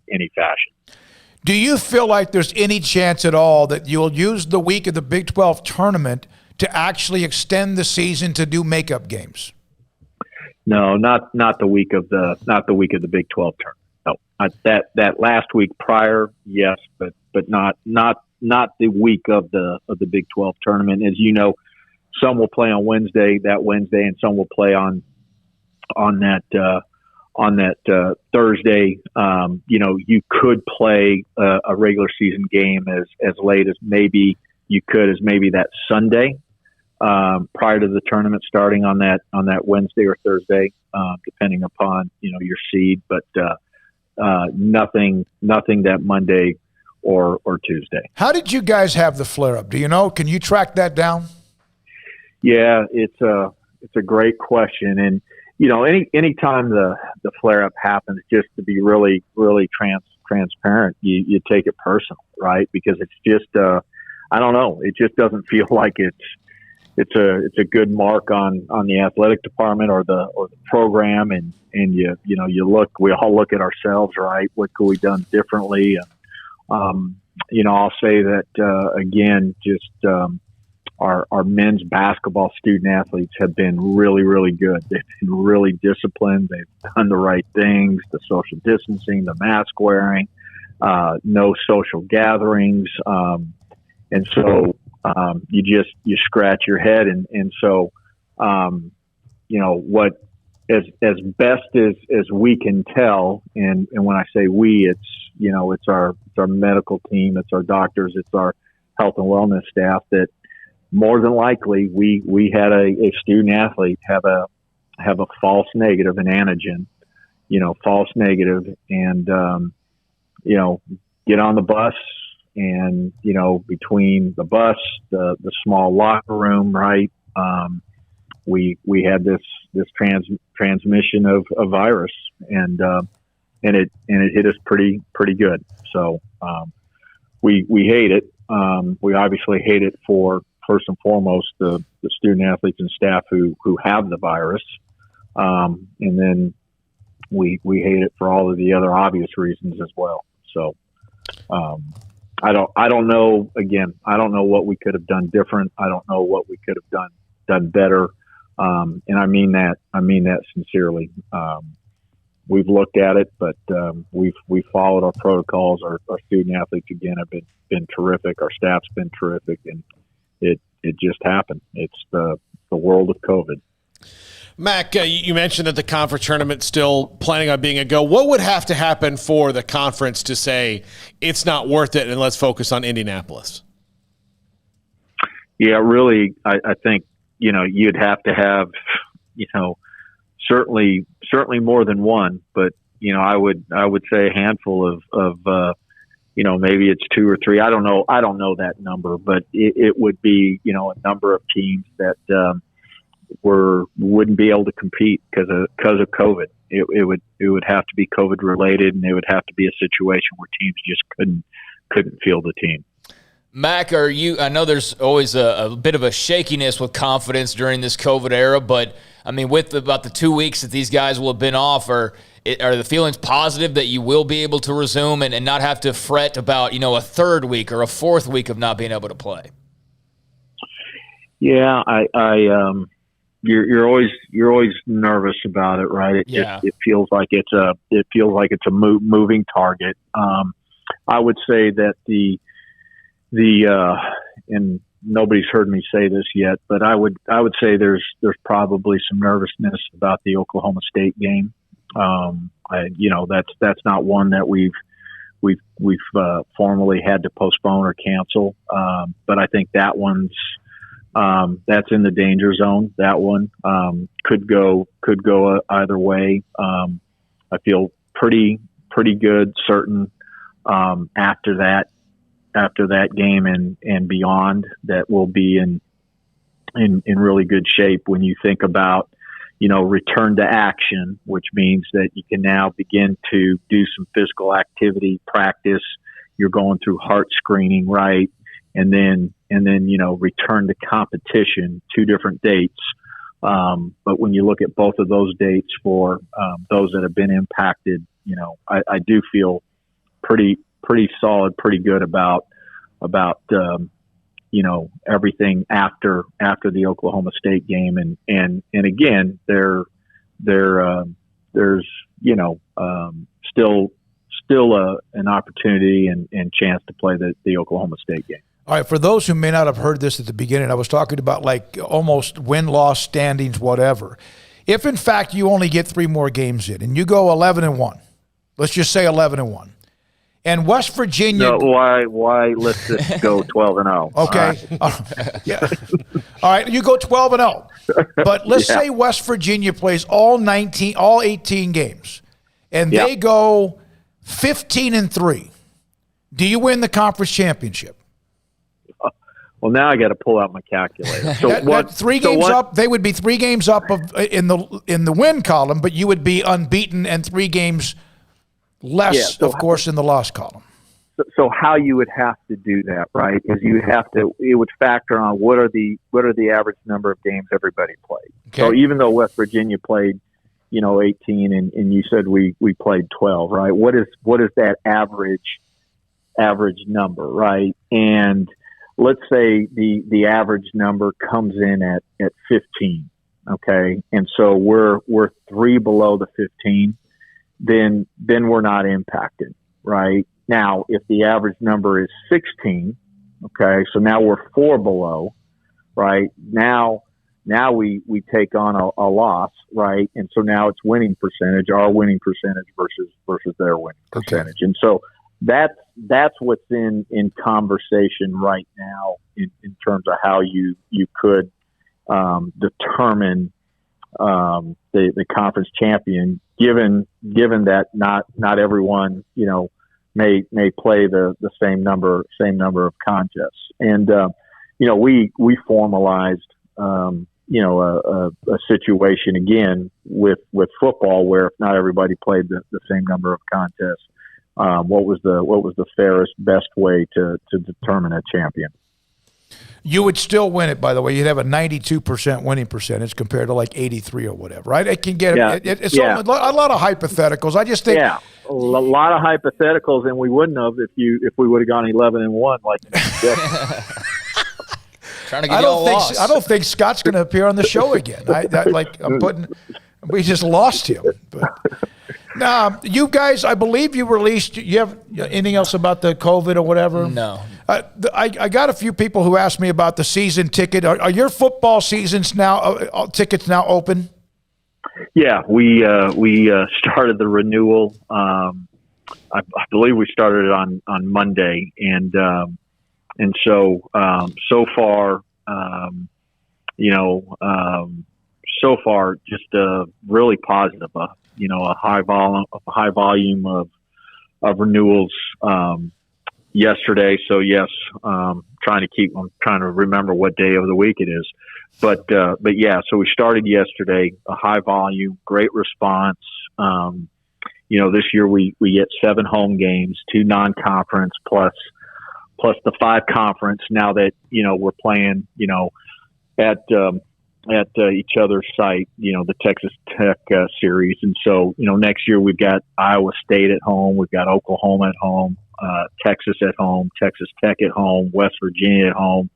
Then you throw in the non-conference BYU, and then Texas Southern, and so solid schedule with the 7, and I think people are excited about it. So the deadline to renew is March 31st, and so far we're off to a great start.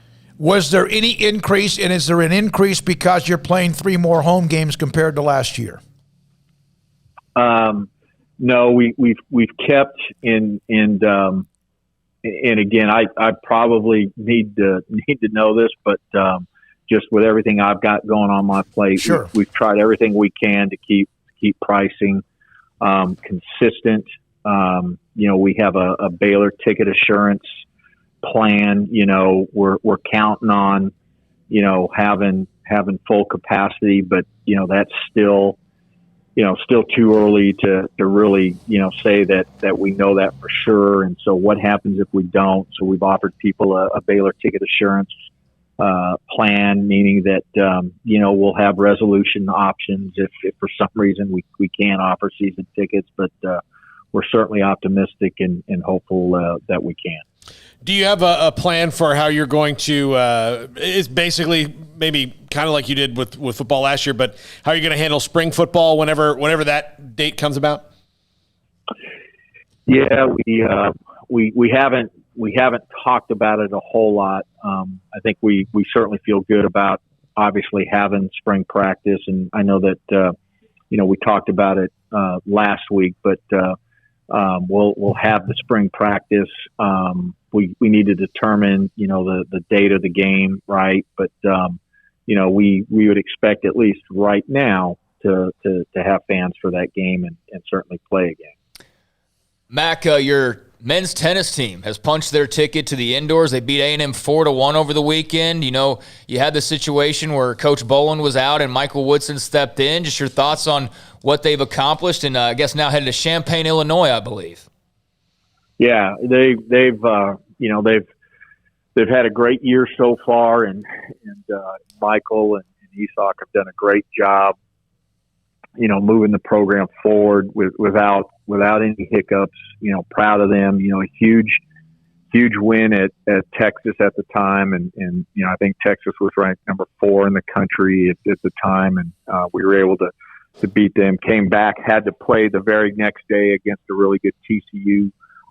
Lost there, but we'll have another chance at them. As you mentioned, the ITA Indoor Championships, right? That started off in Michigan, and then was halted because of what happened in Michigan, and they're having to go on a 2-week hiatus because of COVID, and then getting the opportunity to play A&M at SMU, and again fortunate to beat them, and so now off to the championship. So we're excited, and Coach has done a terrific job. You've got baseball about to start, softball I think this weekend. Volleyball's going to have this spring season because they were delayed. They had a lot of games they played back then. Now you've got this men's and women's basketball. Is this going to be, and not to mention you have a lot of things, as you mentioned, on your plate. This could, and I'm equestrian, acrobatics and tumbling, is how do you keep up with it? Does somebody come in your office with a grid in case you have like 7 things that happened the night before? No, it is, spring's always crazy. Golf? And it's a lot of fun, but you mentioned it, the 2 golfs, the 2 tennises, right? Acrobatics and tumbling, equestrian, baseball, softball. It's a lot. Now you throw in COVID and you throw in volleyball, and even soccer is going to play a couple spring contests, and so just trying to keep it all sorted out, and again blessed to have great staff who does a great job with all of it, and should be a fun spring, and our student athletes and our coaches and our staff haven't skipped a beat. I'm really proud of them, just in terms of the successes and competition that we're having, where our teams are ranked, what we're doing in the classroom, what we're doing in terms of character formation and spiritual growth, and our student athletes, coaches, staff are getting after it, and just really, really proud of them. Last thing, the Big Ten tournament's moving from Chicago to Indianapolis, which they're going to host the NCAA tournament. Has there been any discussion at all about Kansas City not being the host for the Big 12 tournament? Okay, all right. Yeah, no, not at all. So Okay. I appreciate the question, but not at all. Thank you very much for your time. All right, and it was good to have you both back. So Thank you, Mack. Talk to you all soon. Yeah. That makes us feel better. Thank you very much, Mack. Good? I have no idea. I hope we answered, or he answered, all the questions about the conference standings and all that. I think he did. But it's interesting about how the average number of games that were played among the 10 teams and how that comes into play as well. The winning percentage things, that's a good thing. When you're 9-0 and you could get to whatever it is 0, that pretty much sums it up. No matter the amount of games. Well, if they can get to 12-0, I think that people don't have to worry all that much. Yeah. So I mean, they need to play more than they have at this point, but I don't think they need a full schedule to prove that they're the Big 12 champions of the regular season. If they miss a couple of games or miss a couple further games, I mean, my biggest thing is just that Oklahoma State game now that he talked about, and how that's a little in limbo. That sounds like it's about 50-50 at best at the moment. So that means another game that we haven't seen canceled yet that would potentially be postponed, and that would make, 6 games in a row. And 6 games in a row. Would leave you with only, 2 games left in the regular season, and then that buffer week to try to figure out whatever you're going to do with that. Kendall Rogers, who does a great job covering college baseball, this is a note that Hunter Dobbins is going to miss the upcoming season. He's a stud pitcher for Texas Tech because of UCL injury. He was up to 98 on the gun the last month. So he's out for the rest of the year. I've seen a little bit of that with some big names as well. Armstrong, what's going on with you in the dumbest tweet ever? What's going on with you?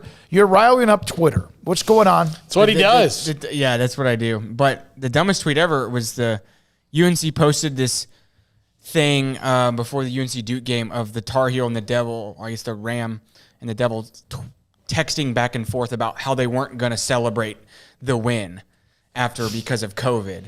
But the way they did it was just so stupid. Okay. Well, that got me riled up. And guess what? Oh, you have a fan. I have a fan page now. It says Armstrong Sims fan page. I have a fan page that's popped up, and they're annoying the crap out of me.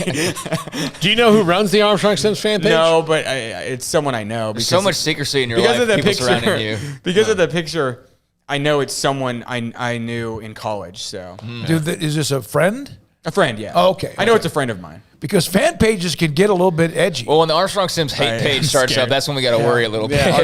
Gets the detractors going. My friends have too much time on their hands. Yeah. You know what? Enjoy it while it lasts. Because when they're not in college anymore, like I remember, I've been in a fantasy football league with my buddies from college for 20 years now.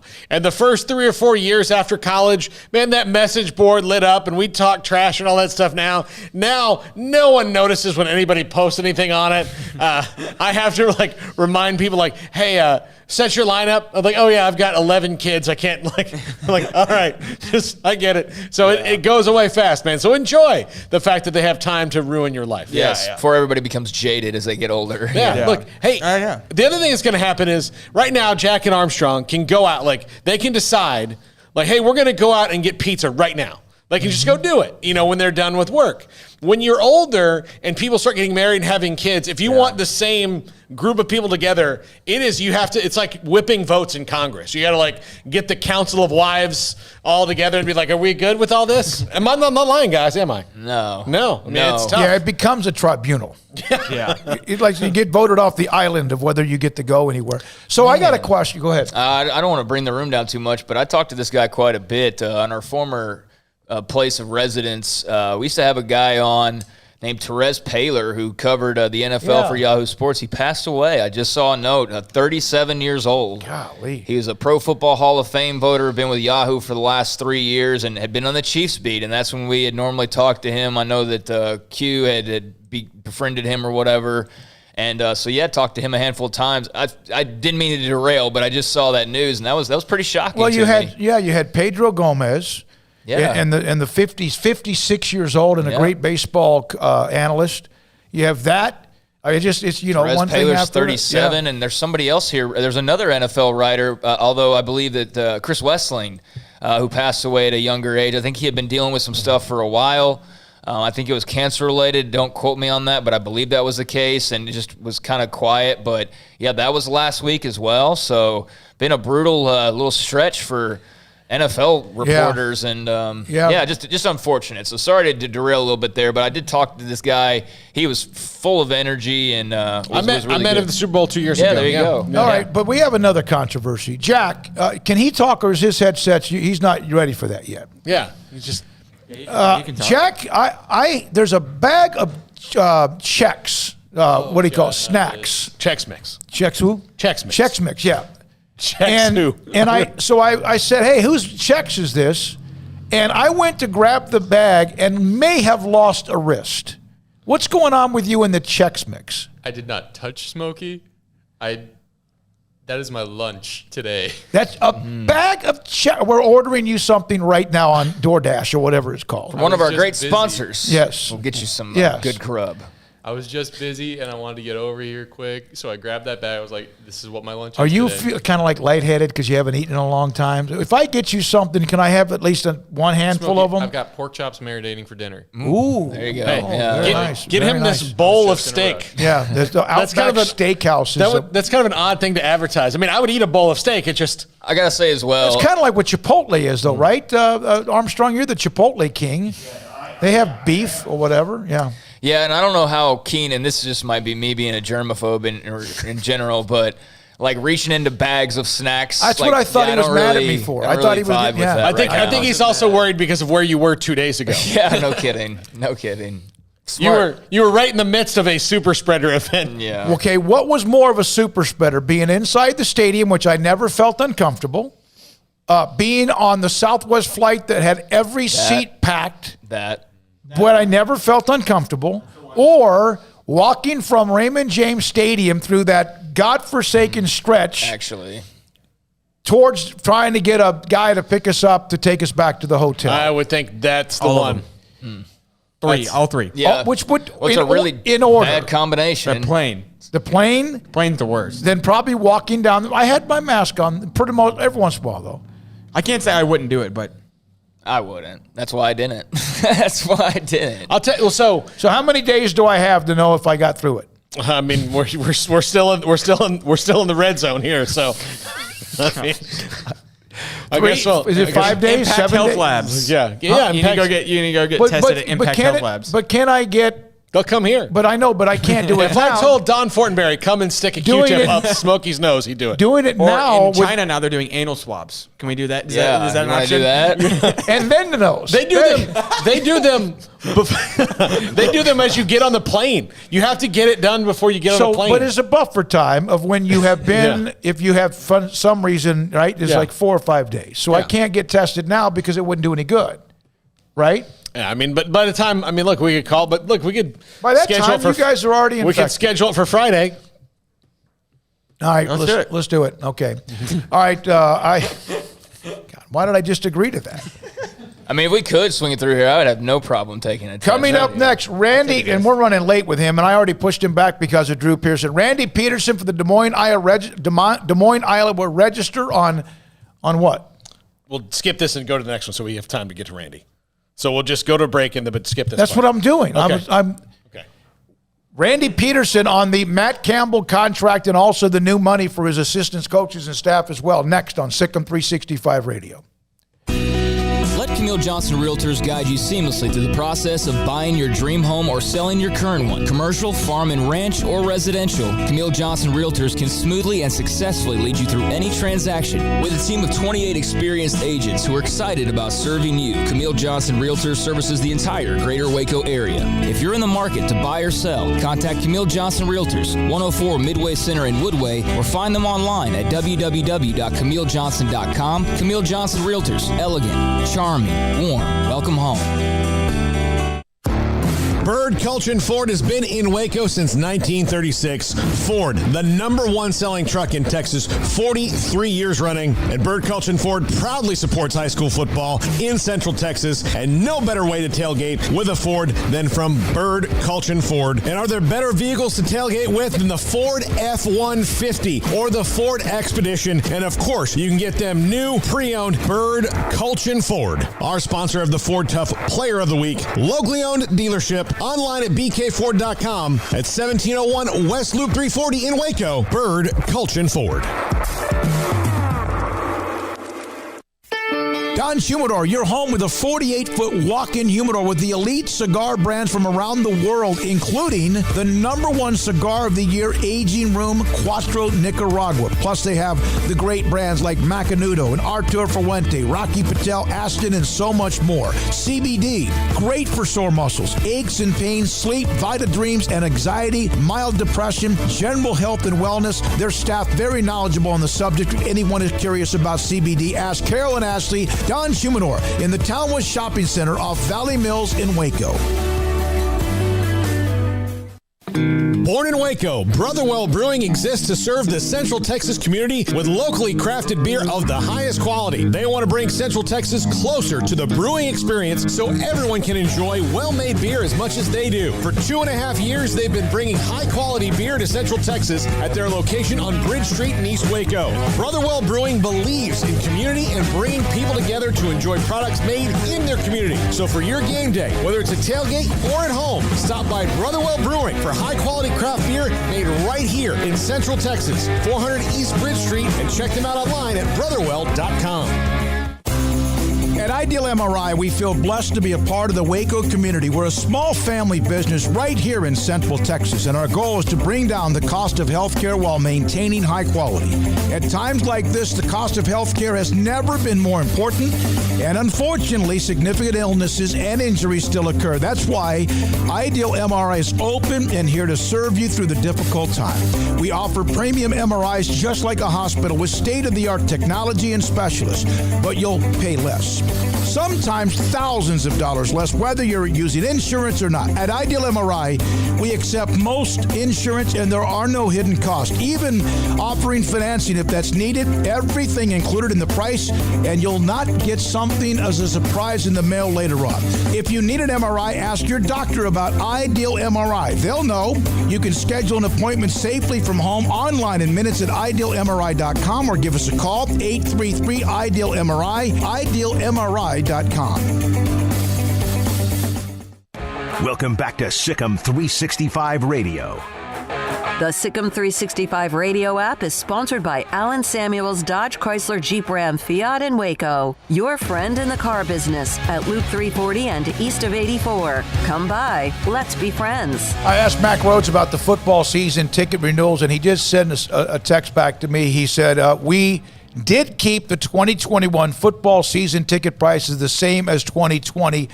He wanted to make sure that that's exactly what you may have heard in case you heard otherwise. We're now joined by Randy Peterson, the Des Moines, Iowa Register. He covers Iowa State as well as anyone possibly can. Joins us on SicEm365 Radio. Randy, thanks for your time. What was more important, the years of extension for Matt Campbell or the money he was able to get his assistant coaching staff? The money he was able to get, well, a little bit of both, but probably, in my estimation, it's the money he was able to get his assistant coaches. That's been Campbell's deal forever. And for example, in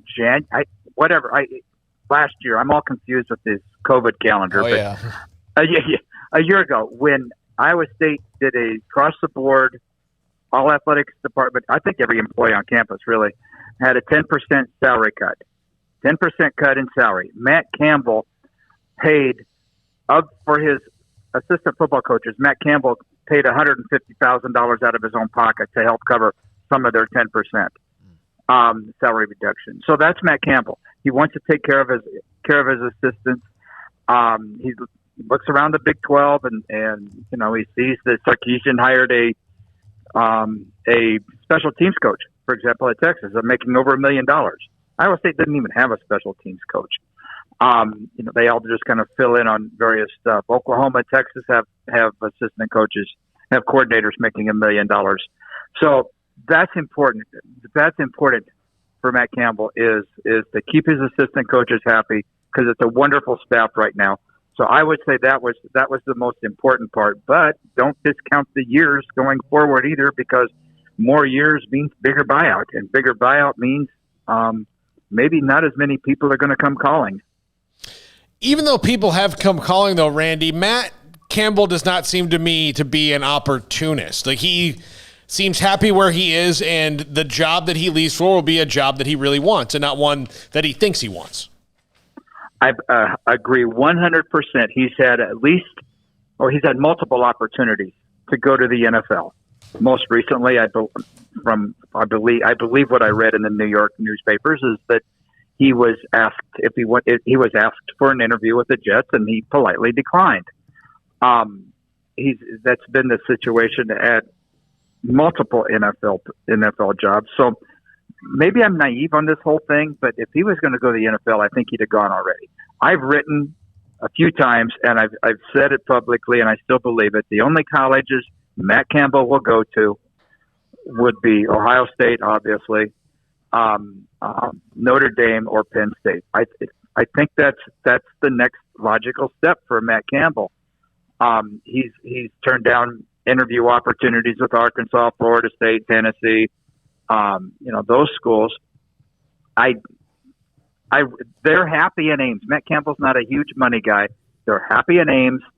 The new salary of the new contract will probably get him in the Mike Gundy range, 4.4, 4.5, something along those lines. They're happy in Ames. Matt Campbell likes to be able to wake up in the morning, cook his kids breakfast, and then if it's a nice day, walk them down to the corner and wait there as they get on the school bus. That's Matt Campbell. He's not into huge glitz or anything like that. And maybe I'm naive about the whole thing. I might have bought in hook, line, and sinker, but that's my impression of Matt Campbell. Randy, I've seen, like Brock Purdy announced that he was coming back. I've kept up with it sort of loosely there. I know Iowa State's well-positioned, but how well-positioned are they heading into next year, given this weird offseason with the ever-changing transfer portal and that extra year everyone was granted? They're very well-positioned. They didn't lose they lost one key player to everybody lost double-digit players to the portal probably, but the only player that was a key player for Iowa State was a backup defensive lineman, Latrell Bankston. Excuse me. He came to Iowa State as a junior college transfer, and he was very good. He played in a backup role because you've got to be pretty dang good to play the defensive line anymore for Iowa State, but he played a backup role, and he had a huge tackle for loss in the late stages against Texas last year, then Iowa State's first victory in Austin in like forever. But that was the only one. And these guys are so, and again, maybe I'm buying in. I don't know. My old age, I'm not as cynical as I used to be. I don't know. But these guys these players have bought into the fact that they're pretty darn good. And if these guys stay together, this team can it's certainly the best football Iowa State's ever had. This team can do big things next season. And why I say they bought in, Iowa State did not have a positive COVID football player test. Less than 5. They probably had less than 5 positive football player tests, and none of them were with the starting players. That's pretty darn significant also. I mean, that's how I'm talking about during the season. Mm-hmm. That's how bought in these guys were. They did their due diligence. They did what they were supposed to do, and then they went back to their houses, the dorm, or they didn't do dorms, but the houses, apartments, whatever. And they just hung out there. They just hung out together. And that's carried them through, and I have no reason to believe that won't carry over for next season. I'm looking forward to. I've never seen so much hype around Iowa State football before, and it's just too bad that the fans weren't able to take part in it last season. Yeah, that's so true. I've followed the Big 8 forever, and know the history of Iowa State, and on occasion they'd flare up and do something, but no, right now they're stable, and he seems to have them in a great groove, and when you're Iowa State, we've seen this with of course Matt Rule did leave for the NFL. Everyone kind of knew that was going to happen, but even when Briles was here and was so successful, there was always that, well, he's going to leave. It's not enough. Texas, yeah, and people would nibble at him, and sometimes he probably flirted openly a little bit too much for some of the fan base. But it's kind of like part of the MO of being at Iowa State. But, man, he seems to be the perfect fit. And if Bill Snyder can stay at Kansas State for as long as he's been, right? Dude, I was just going to say that. I was just going to bring up the Bill Snyder analogy. Yeah. Oh, my gosh. I was just going to bring that up. And Snipes is a wonderful guy. I mean, I was covering Iowa in the early years of Hayden Fry. So, I mean, those were when Snipes was over there. That was, man, talk about a great staff. But anyway, that Iowa State can be that. Iowa State can be the Kansas State can be a Kansas State. Be the Upper Midwest school somehow, get it done, get 3-star players and turn them in. What was it that Brees Hall said after the Texas game? 5-star culture beats 5-star players, something along those lines. And that's no truer words have ever been spoken. I mean, God love the kid that's saying that. I probably was a dig at Texas, but we're all cool with that. That's all good. That's okay. Yeah, that's okay. Although Tom Herman used to coach at Iowa State, but that's anyway. Yeah. Be that as it may. But it's Iowa State can do that. They can be that because it's not like this roster is good for just 1 or 2 years. This roster is pretty darn balanced. With good players. So it's I see good things coming, and the bringing up the Bill Snyder analogy is exactly what it is. You got the Iowa's got their guy who's been there forever, Ferentz, and it's not like you had Osborne in Lincoln. I mean, it's in the Midwestern something about it. The way it is. Hey, Randy, thank you very much. Sorry we had to push you back. No, that's fine. That's good. But we appreciate your time, and thank you very much. That's fine. I enjoy my 9-degree weather. All right, buddy. Thank you, Randy Peterson. All right. Call me anytime, guys. Does a great job covering Iowa State for the Des Moines Register. What a great vibe that guy has. Yeah, great deal. And I'm reading more about this story with Therese Paylor, Craig, as you mentioned. 37 years old. Yeah. Hall of Fame writer, as you mentioned, voter. And too, like with all of these stories that have been coming out, because it feels like there's been a handful of them here lately. I mentioned 3 different writers that have passed in like the last week and a half, and you always have to go, at 37 years old, like, what was it? Like, typically, I guess back in the day, we'd have figured like maybe cancer that just was, not diagnosed or just wasn't, publicly thrown out there or whatever case. And now we go like, oh, God, is it COVID? Is it COVID? Is it COVID? And you kind of have to wait for word to hear that as well. But yeah, just super unfortunate. 37 years old. Like, I mean, that's me dropping, yeah, very sad, and he was such a great guy. He really was. I remember talking to him multiple times, and so yeah, when I saw that news a little while ago, just I don't know. I can't even find the word. Yeah, his fiancée, his girlfriend, Ebony Reed. While we are shocked and saddened by Therese Baylor's sudden passing, we also celebrate his extraordinary life that touched so many. He was an exceptional journalist. His passion for football made him a respected voice. His legacy will leave an enduring impact on sports journalism, the NFL, the Chiefs, and their fans. Yeah, and, sadly, a fiancé, like, I mean, that sucks, man. And I've seen already a few of the big-time NFL writers who have echoed, and they knew him far better than I ever did, but echoed just what a warm, funny, like, energetic guy he was. So, yeah, very sad news. All right, when we come back, a guy that knew him, Baylor, was David Hellman. I just saw him make a comment about his work. And then John McClain's a Hall of Fame voter. Well, so is Baylor. And we'll hear from John McClain about that, plus the latest involving the Texans, his thoughts about the Super Bowl, and much more. SicEm365 Radio. The 5 o'clock hour is next. Pioneer Steel and Pipe, metal roofing, metal buildings, pipe and steel, the structural standard, structural pipe, structural steel, purlin, tubing, beams and weld plates, H-braces, fence posts, culverts and gates, sheet and expanded metal. And oh, by the way, about their history. 1943, and they continue to do what they do, and that's because they have two things that are incredible. You have to have one or both, and if you could have both, that's even better. One, they have incredible product, but they also have phenomenal and maybe unmatched customer service. You have both. That's why you're in business since 1943. No matter what might be happening around the country, the economics, whatever might be happening, they have survived it all. And they're also getting bigger, better, faster, and stronger, but never losing the core values of Pioneer Steel and Pipe. They're opening up that new facility. They're just getting started on Loop 340 and 12th Street. Man, I tell you what, they have what you need when it comes to building metal buildings, and they're going to help you if, in fact, you want to ask them about contractors, how to go about it. They have the product. They also have the experience and the knowledge. At Pioneer Steel and Pipe, the Pioneer Boys since 1943. In Texas, there's pea-size hail and baseball-size hail. Guess which one hit our house? We didn't even know where to begin, but we called our Texas Farm Bureau insurance agent, and he was so reassuring. He knew exactly what to do to get our house back into shape and our lives back to normal. Now, we're even more thankful for the roof over our heads. Stop by and see our agents at one of our 3 McLennan County locations. Coverage and discounts are subject to qualifications and policy terms and may vary by situation. It's a new year. Time to fire up the grill, heat up the oven, get that deep fryer going to enjoy the top quality products at Waco Custom Marketplace. Hi, this is David Smoak, including what you'll need to watch the NFL playoffs and Super Bowl.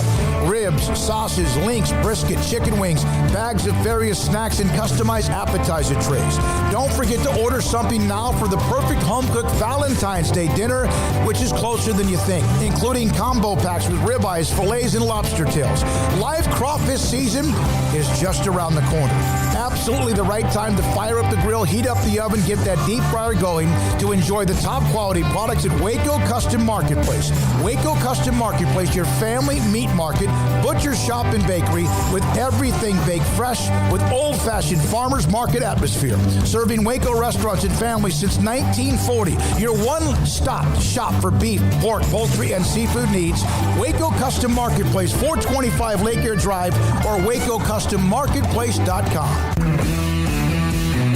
At Marco's Pizza, get craveable pizza made the Italian way with dough made from scratch, an original sauce recipe, 3 fresh signature cheeses, and premium toppings you love, served hot and safe. Right now, you can get unlimited medium one-topping pizzas for just $6.99 each. Why stop at just one? Order with your app or at marcos.com for curbside, carryout, or delivery today. Marco's, pizza lovers get it.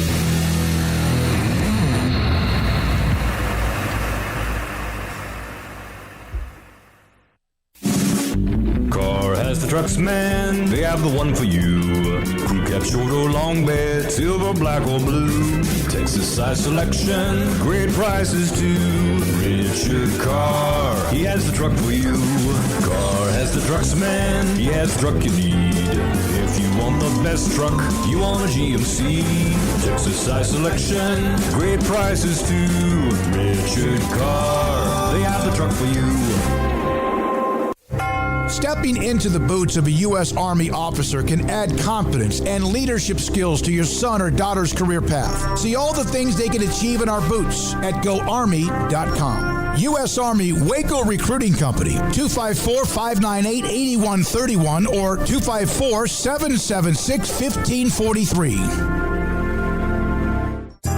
Riverbend Liquor and Wine has their easy-to-access drive-thru open and convenient and clean in-store location on the corner of Lakeshore Drive and North 19th Street in Waco. Riverbend Liquor has the best and most extensive variety of craft beer selections in Waco, and Balcones Whiskey, including single malt, pot still, baby blue, rye, brimstone, and the all-new lineage in stock. Riverbend Liquor and Wine, family-owned and operated, and a hidden gem in Waco on Lakeshore Drive and 19th Street. And find out more on Facebook and Instagram.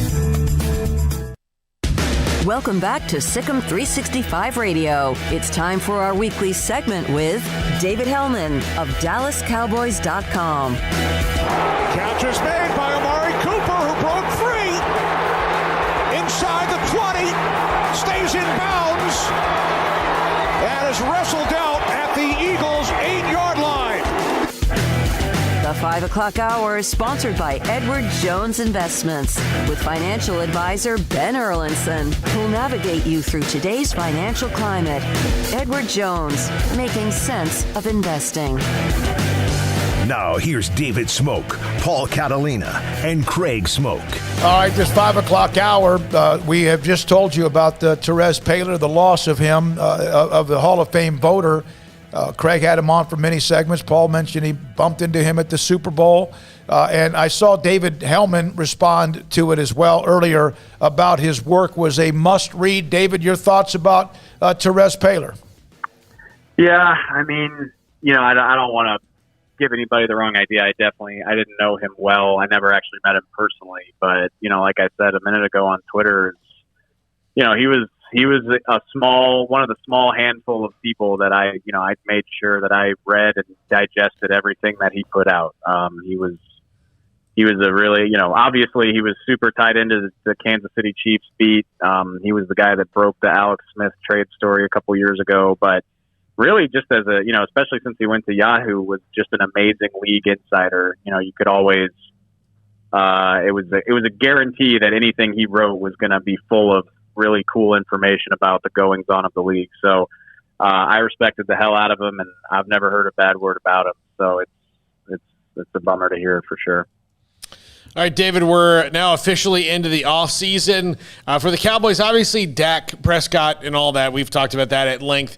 What do you expect to see them do free agency-wise, or if anything at all, because they have to navigate what's going to be a massive number for Dak, whether it's a long-term deal or the franchise again? Yeah, obviously, they have to do something. You cannot not sign any free agents. There's too many players. You can't fill your roster only with draft picks and rookies. So they're going to have to do something. And I know, people are tired of hearing about it, but I assume it's going to look very similar to what they've done in years past. You think back to just last year, they re-sign Anthony Brown on a small deal. Anytime a guy can be brought back for a small team-friendly deal who's capable of starting, they're always in favor of deals like that. Cheeto Awuzie and Jordan Lewis come to mind as guys that you could maybe bring back just to have on the depth chart for a low cost. This team, the secondary and the defensive line are the spots that I look at the most. Aldon Smith is another guy who could conceivably bring back on the cheap. And then as far as anything else, I think a lot of it's going to depend on what happens with Dak, because if they're able to get a deal done, obviously it's going to be a big number, but you can maneuver that money to give yourself more space. So if you get Dak signed long term, you can probably free up some money, not to break the bank, but maybe go after some starter caliber players. Whereas if Dak's counting $38 million on your cap on the franchise tag, that's going to eat up the vast majority of what you can do. So, yeah, I mean, I would imagine they're going to make half a dozen signings, re-sign some of their own, but I definitely think this is another year where, Dak is going to be your blockbuster guy. Like, this team doesn't want to and can't afford to really pursue any big fish anyway. What's the story behind him being left out of the highlight video? I guess just it was an oversight is what was stated. I guess they put out a highlight video for, next season, and you can clarify my remarks here. I just seen it in passing, but I guess he was left out of the initial version, which caused a bit of a stir. Yeah, I mean, I don't want to speak too much for my boss, Derek Eagleton, but it was an oversight. It was just something that, I think anybody can relate to that, you can even have 3 or 4 people put eyes on something and it kind of slips past people. And it was an honest mistake. But I think it just speaks to the contentious nature of this conversation that it was something anybody even noticed. I mean, If you watch the video, it was, 30 seconds of pretty generic footage just to try to get fans excited for the upcoming season. But the fact that Dak has, this negotiation's been going on for 2 years, and clearly at this point, people feel very strongly about it one way or another.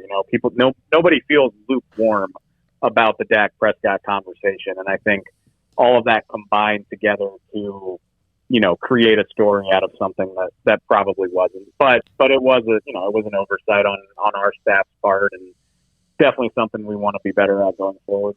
David, I know that Kansas City had their issues on the offensive line going into the game. Everyone knows about that story. Were you still stunned at how quickly Tampa Bay was able to just constantly harass Patrick Mahomes? Yeah, I think I'm not surprised Tampa won. I think that was a talking point all the way through last week is like, well, they don't have either of their tackles, and Tampa rushes the passer really well. So I don't want to speak out of both sides of my mouth, though, because I was shocked at how easy they made it look. Patrick Mahomes played against a great pass rush last year in the Super Bowl, and he was able to neutralize them pretty well. So the degree to hold Kansas City without a touchdown, and how many people have done that over the last 3 years? The degree to which they were able to do it was really, really impressive. But man, I would love to see what it would have looked like if Eric Fisher and Mitchell Schwartz had been able to play in that game. I don't know if Tampa would have won for sure, but I'm pretty confident it would have been a much more competitive situation. I thought the difference in the game was the fact that Devin White and Leonard Fournette are from LSU.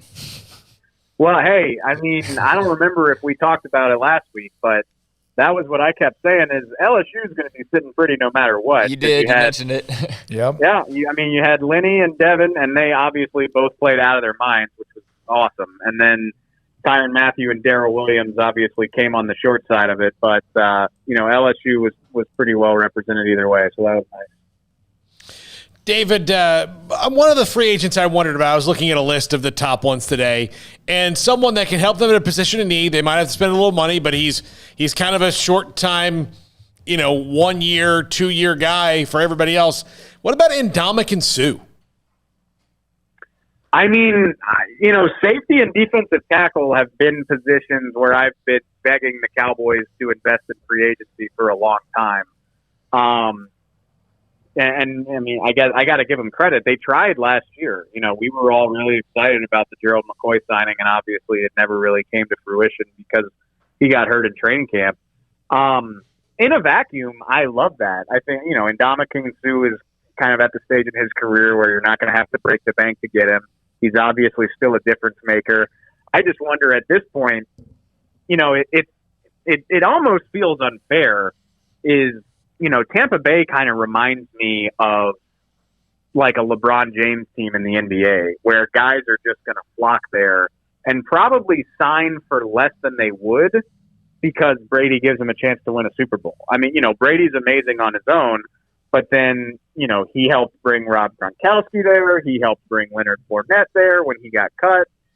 He helped them get Antonio Brown back into the league. Like and I know they're not as great as they used to be, but these are all still very good NFL players who kind of flocked to Tampa to be around Tom Brady. So I think the selling point there is, can you get Ndamukong Suh out of Tampa if he thinks he's got another chance to contribute on a Super Bowl? So, David, Smokey brought this up earlier. He was talking about how the NFL with the quarterback spot, at least this offseason, it's been almost like the NBA, with the player voicing his discontent and maybe trying to find a way out of town. We're seeing it with Deshaun Watson. Russell Wilson's been in the rumors. We know about Carson Wentz. Do you think this is just an offseason unlike any other, or do you think this is something we're going to start seeing more and more of guys maybe using their leverage to move out of town when they see fit? Man, it's fascinating, and I think it all ties together. One, I think NFL players see the power that players have in other sports, and the NFL is not really designed to give them that much, but obviously they're going to try to, move their weight around and make it happen as much as possible. Not all those situations are created equal. Like right. Carson Wentz, Carson Wentz is being rumored because he wasn't good last year. Like the Eagles are trying to get rid of him, whereas Deshaun Watson and Russell Wilson are guys that are maybe trying to make things happen for themselves. And I'll be curious to see how this shakes out, because you can kind of tie it back to Dak, right? Because that's kind of the whole debate, right? Is I don't think anybody thinks that Dak is a bad quarterback, but the people that don't want Dak to sign in Dallas are the ones that say, well, you can't put a competitive team around a guy making $42 million a year. And, Russell Wilson comes on the radio today and says, I'm tired of getting hit. We need a better offensive line. And the natural rebuttal to that is, well, we can't afford a better offensive line because you're eating up all of the salary cap. So something eventually I feel like will give, because I'm firmly in favor of players getting paid. I think, these teams rake in billions of dollars in revenue, and I think a good quarterback is worth every single penny that he gets paid.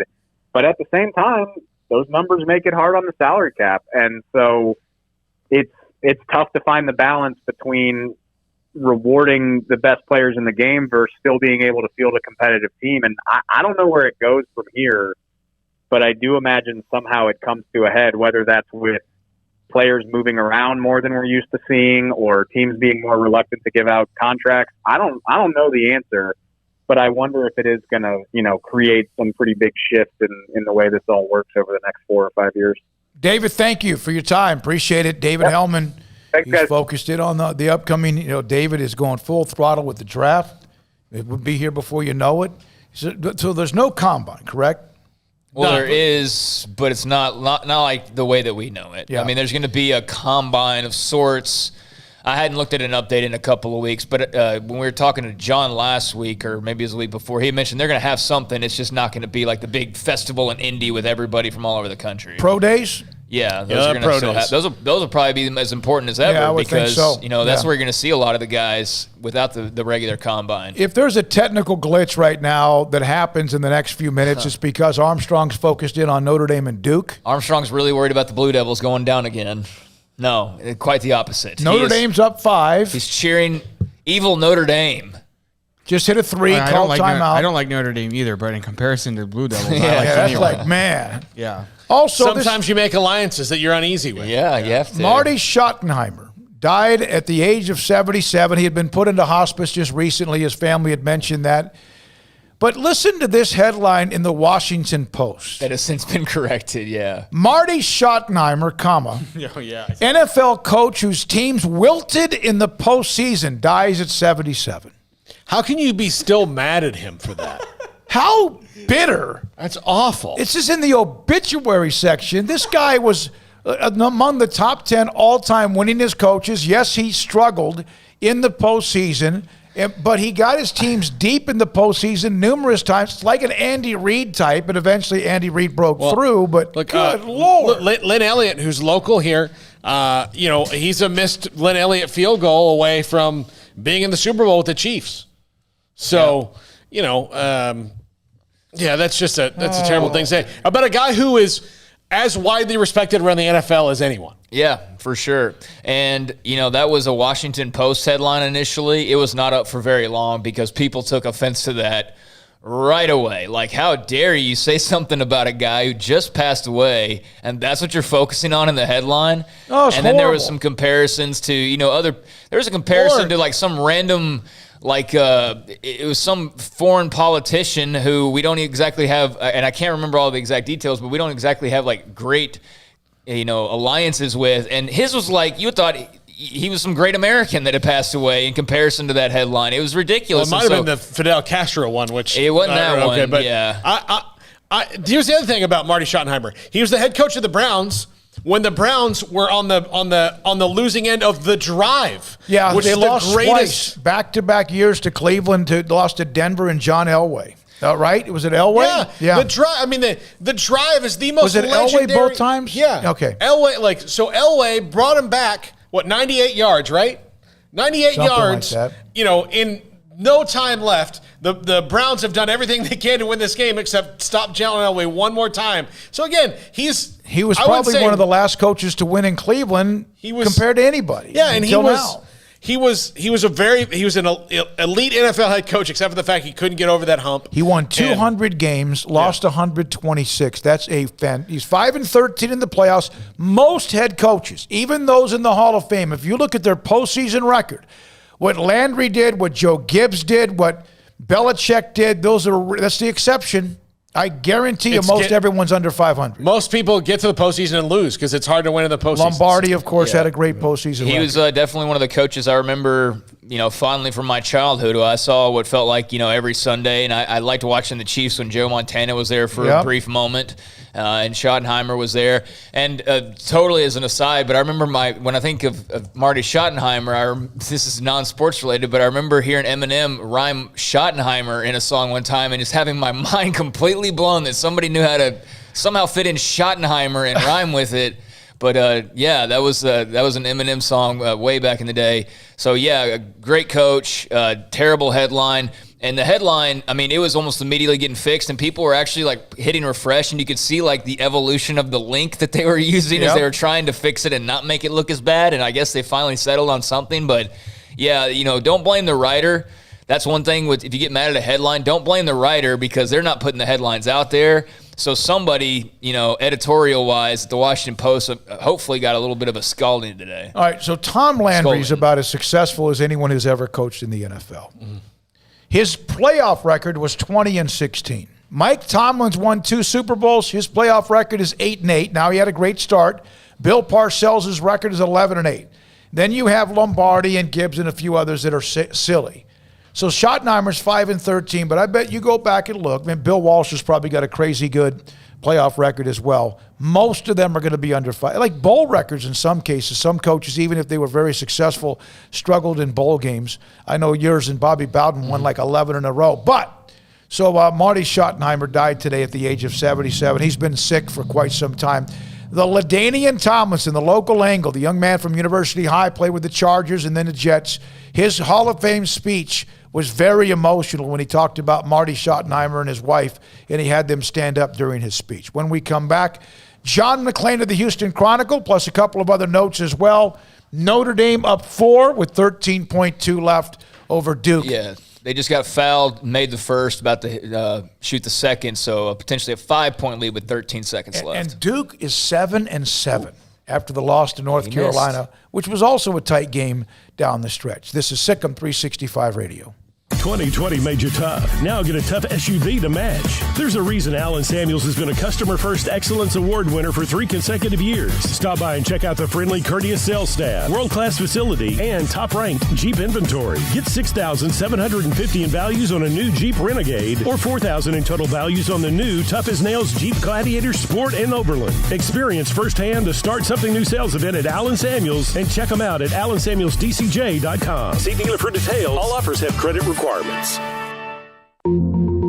Learning to navigate life in the COVID-19 world has been a struggle, and where and how to get tested has been one of the biggest challenges. Impact Health Labs has your answer. If you need mass testing for your office, church, dormitory, or school, Impact Health Labs is who to call. They will come to you, conduct the testing at your location, and have the test back within 24 hours. Most major insurance accepted, meaning your out-of-pocket cost is low. So no more waiting by the phone for days to find out the results. Impact Health Labs was founded by 3 Army licensed and credentialed medical professionals.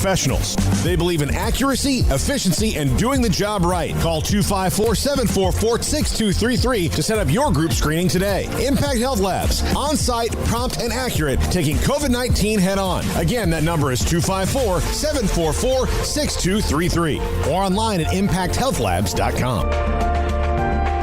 From the first workout to the last practice, sports is an incredible and rewarding challenge. Hi, everyone. This is Dan Ingham with the First National Bank of Central Texas, and we're proud to support each athlete, every parent, and our educators. From families, small businesses, to the biggest industry, we're here to help. With remarkable products like mortgage lending, we've got banking ideas that fuel big dreams. The First National Bank of Central Texas. Familiar faces making local decisions. Member FDIC, Equal Housing Lender.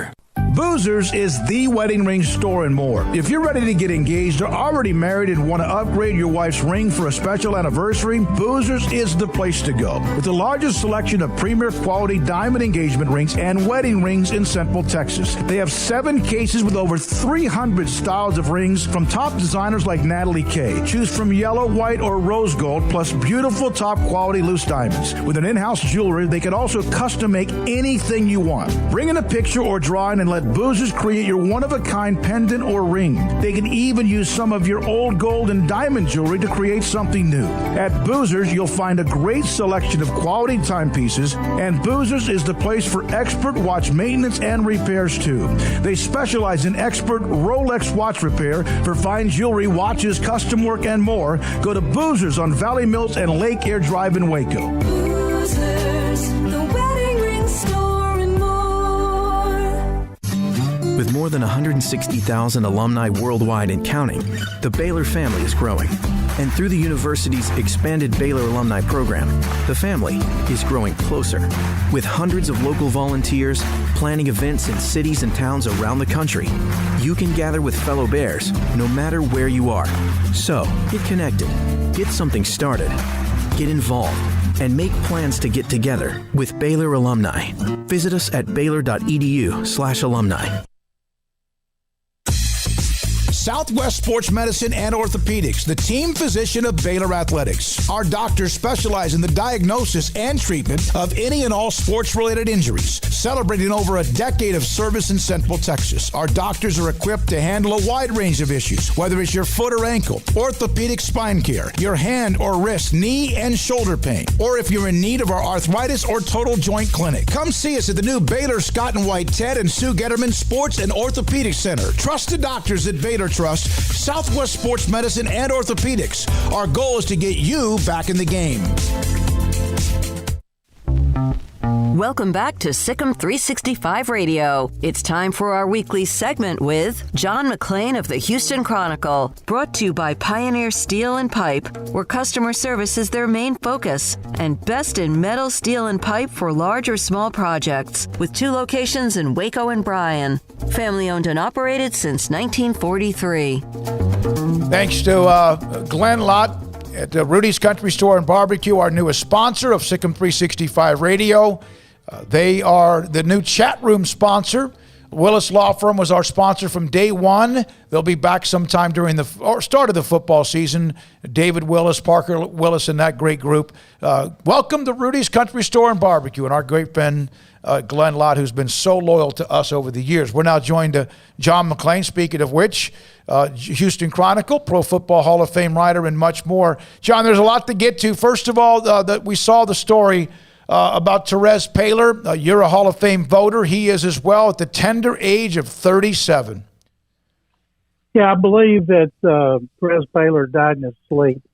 And he's a really good guy. I've known him for years, since he started covering the Chiefs for the Kansas City Star. Then he went to Yahoo to cover the NFL, and he's been on their Hall of Fame committee for about 5 years. And it's a terrible loss. There seems to be so many media people that have died over the last couple of months, who some I've known and worked with, some I don't. But you know what? It's no different than real life. The rest of us, we kind of live in a fantasy world to get to cover sports, and you cherish your relationships and as you have them, but it could happen to any of us anytime. John, your thoughts on the legacy of Marty Schottenheimer? I wrote a column that's on our sports website, TexasSportsNation.com, about some personal experiences I had with him. And Marty was a great coach. He had a terrible playoff record. He didn't get to the Super Bowl, but he was still a hell of a coach. He turned around the Browns, he turned around the Chiefs, and then he turned around the Chargers, and had 1 year with Washington, which he finished 8-8. and Daniel Snyder fired him. He was a tough, physical coach who loved the running game and playing great, intimidating defense. And one time when he was head coach of the Chargers, I was president of Pro Football Writers of America, and we were league meeting at some fancy resort, I think Arizona Biltmore. And I asked if I could talk to him one day when he was through, and he said, yeah. So I walked across the grounds with him, going to his room, and I asked him, Marty, why is it you won't let your assistant coaches talk to the media? You always have in the past. I said, Wade Phillips is one of your coaches. He's been head coach as much as you, and we can't talk to him. And he told me he just didn't want to let him talk. I said, why? He didn't give me a reason. And I said, when you were an assistant coach and with the Browns, do you think your relationship with the media, who you got to talk to all the time, helped you get that job? He goes, probably. I said, well, then why won't you let us talk to your guys? And now, email had already been out, but obviously it hadn't reached him. He said, because my PR guy said, because of email, something called email, somebody says something stupid, it goes all over the country anyway. And I said, well, why would you hire coaches to say something stupid? And he said, good point. I said, so you're going to let him talk? He said, no. 1989, he got fired after a wild card playoff loss to the Oilers after the 1988 season. In 1989, his first season was with the Chiefs, and he hated Oilers coach Jerry Glanville. So did Steelers coach Chuck Noll and Bengals coach Sam Weiss. Glanville's the only one of that group still left. They hated the Oilers, and they hated Glanville because they thought he coached his players to play dirty in the House of Pain, and he did. So, in 1989, the Oilers lost at Arrowhead Stadium 34-0. Glanville's last season. I was in the bathroom behind the press box about an hour after the game, and I'm at a urinal, and Marty's in the urinal next to me talking to somebody in the stall, and all of a sudden he puts his head back and he looks up to the ceiling and he goes, oh, damn, I love beating that SOB. And he was talking about Jerry Glanville. Oh, my God. Oh yeah, you've got a piece as you set up right now. It includes a biscuit and rabid crowd, and it's a really good piece right now up on Texas Sports Nation, part of Houston Chronicle. Thank you, Greg. Yeah, absolutely. I enjoyed reading it. John, what did you make of what we saw on Sunday? The Buccaneers getting the best of the Chiefs. I know not a lot of people raved about the actual action of the game, but what were your thoughts? The great game plan by Todd Bowles, the defensive coordinator of the Buccaneers. He is known as one of, if the not most creative blitzer in the NFL. And his players have said it for years, so have opponents. So you just figure he's going to have a lot of blitzes. He called fewer blitzes at any time in his last 5 years as an assistant coach because his front four was able to take advantage of the injury-plagued Chiefs offensive line to get pressure on Patrick Mahomes, that great stat from Next Generation Sports that he ran almost 500 yards before he threw the ball. Tells you what great pass rush they got. And they played two deep coverage, and they took away the sideline. It was a great game plan. It was perfectly executed. Brady, of course, was the story, and he got the MVP his fifth because he threw 3 touchdown passes. And his rating was his third highest of the season. But I thought it was all about the defense and what they did to Mahomes, Tyreek Hill, and Travis Kelce. I didn't know a team could do that, and that's one reason I picked the Chiefs to win by 4. The Tom Brady, now what he's accomplished, 7 Super Bowl wins, which is astonishing. It's sickening because, and I don't mean that in a negative way, it's a sickening number because it doesn't make any sense. So is winning a Super Bowl now not that big of a deal because he set the standard of winning 7? I think anybody that's never won one, winning the first one is a huge deal. And as Peyton Manning said, once you win one, there's something special about winning the second. I don't think anybody can even imagine doing anything close to what Brady's done. I think it's like Joe DiMaggio's 56-game hitting streak. It'll never be matched. I don't think the pressure that a player today would be under because of the media and social media and fans that he could do that. But I think it's just amazing. is an incredible accomplishment. He says now he wants to play beyond 45. Who's going to doubt him? A lot of people doubted him after last season because he had a bad game at home playoff loss to the Titans. And people say, he's starting to look at his age. And only two teams seriously pursuing him were the 49ers and the Buccaneers. And the Buccaneers had a lot better offensive talent. Everybody loves Bruce Arians, BA. So he went down there. They were 7-5. Then they won their last 8, averaged 33 points in those 8 games, scored at least 30 in all 4 playoff games. And right now, I certainly wouldn't pick against him next year. I'm guessing the Buccaneers and the Chiefs will be the preseason favorites again. John, who do you consider the greatest football player of all time? And if it's not Tom, or I guess if it's Tom Brady now, who was it before? Well, if you base it on victories, it would have to be Brady. But the greatest players I have ever seen, Jim Brown, running back, Jerry Rice at wide receiver, and Reggie White, defensive end, and Lawrence Taylor, outside linebacker, and, of course, Brady at quarterback. Those are the 5 greatest players I've seen. And I'm going back to when I was a kid in Waco and started paying close attention to football in 1960 when I was 8, and the Cowboys were an expansion team, the Oilers were an expansion team, and I've been in love with the game ever since, mainly too because I fell in love with Baylor that year when they beat Colorado, and I got to go to the game free as a Cub Scout on Cub Scout night. So I fell in love with the game in 16. I paid close attention to many, and now, of course, you can call them up on Google and watch all their highlights. But Brady is so far out there, it's like he's on Pluto, and everybody else still trying to get to the moon. So he's got without a rocket ship, So the Pro Football Hall of Fame, we had Drew Pearson on earlier today. We had Tom Flores on yesterday. You had mentioned the seniors or the Veterans Committee. Once you were pretty much put in that position this year, you were in. Your thoughts about, did you guys get it right? I'm on the main committee, I'm on the seniors committee, and I'm on the coaches committee. And this is the first time we've had a separate category for coaches. And that's why Tom Flores was able to get in there. And we just decided to put out of the equation what he did with the Seahawks because the ownership was so bad, and we determined nobody could have succeeded there under Ken Behring, and looked at just what he did with the Raiders. Mike Ditka and Tom Flores, the only people in history win Super Bowls as a player, assistant coach, and win player, assistant coach, and as a head coach. And, of course, Flores won 2. I was so happy for Pearson. I knew when he was our senior nominee he was going to make it. And I see some guys complain when they don't get in on the first ballot or second and third, and I'm thinking, man, you don't know what it's like to suffer like Drew Pearson did. And I'm just so happy we finally did it. Bill Nunn, the contributor. I was glad John Lynch got in. The one that I wanted, the only one I really wanted that didn't get in was linebacker Clay Matthews. It was his last year of eligibility. He got to the finals for the first time, the final 10. We debated him for 30-something minutes.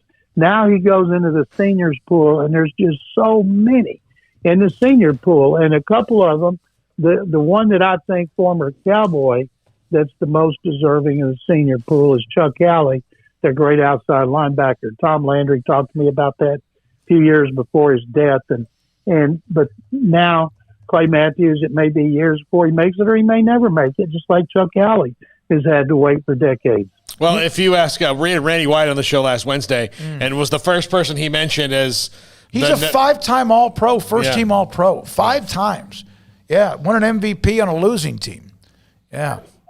Chuck Howley playing a 4-3, so if you play a 3-man, if you play on a 4-3, you don't get sacks. Unfortunately, you're going up against a lot of 3-4 outside linebackers that get a lot of sacks, get a lot of publicity. But Howley was great in coverage. He was great against the run. He was just a great all-around player. And I'm hoping someday the senior committee, he'll be our nominee as Drew Pearson was, and he'll get in. John, I know not all the situations are the same when it comes to kind of the carousel of quarterbacks and quarterbacks who seem to be unhappy where they are. There's that new report out on Russell Wilson. He clearly wants some better protection, and, the timing of it with what we saw on Sunday with Kansas City doesn't seem like a coincidence. But any fire, you think, to Russell Wilson in Seattle, or do you think this is just him, saying what he wants and they'll go out and get what he wants? Well, what he wants is more say over personnel. Deshaun Watson wanted say on hiring the general manager and the coach.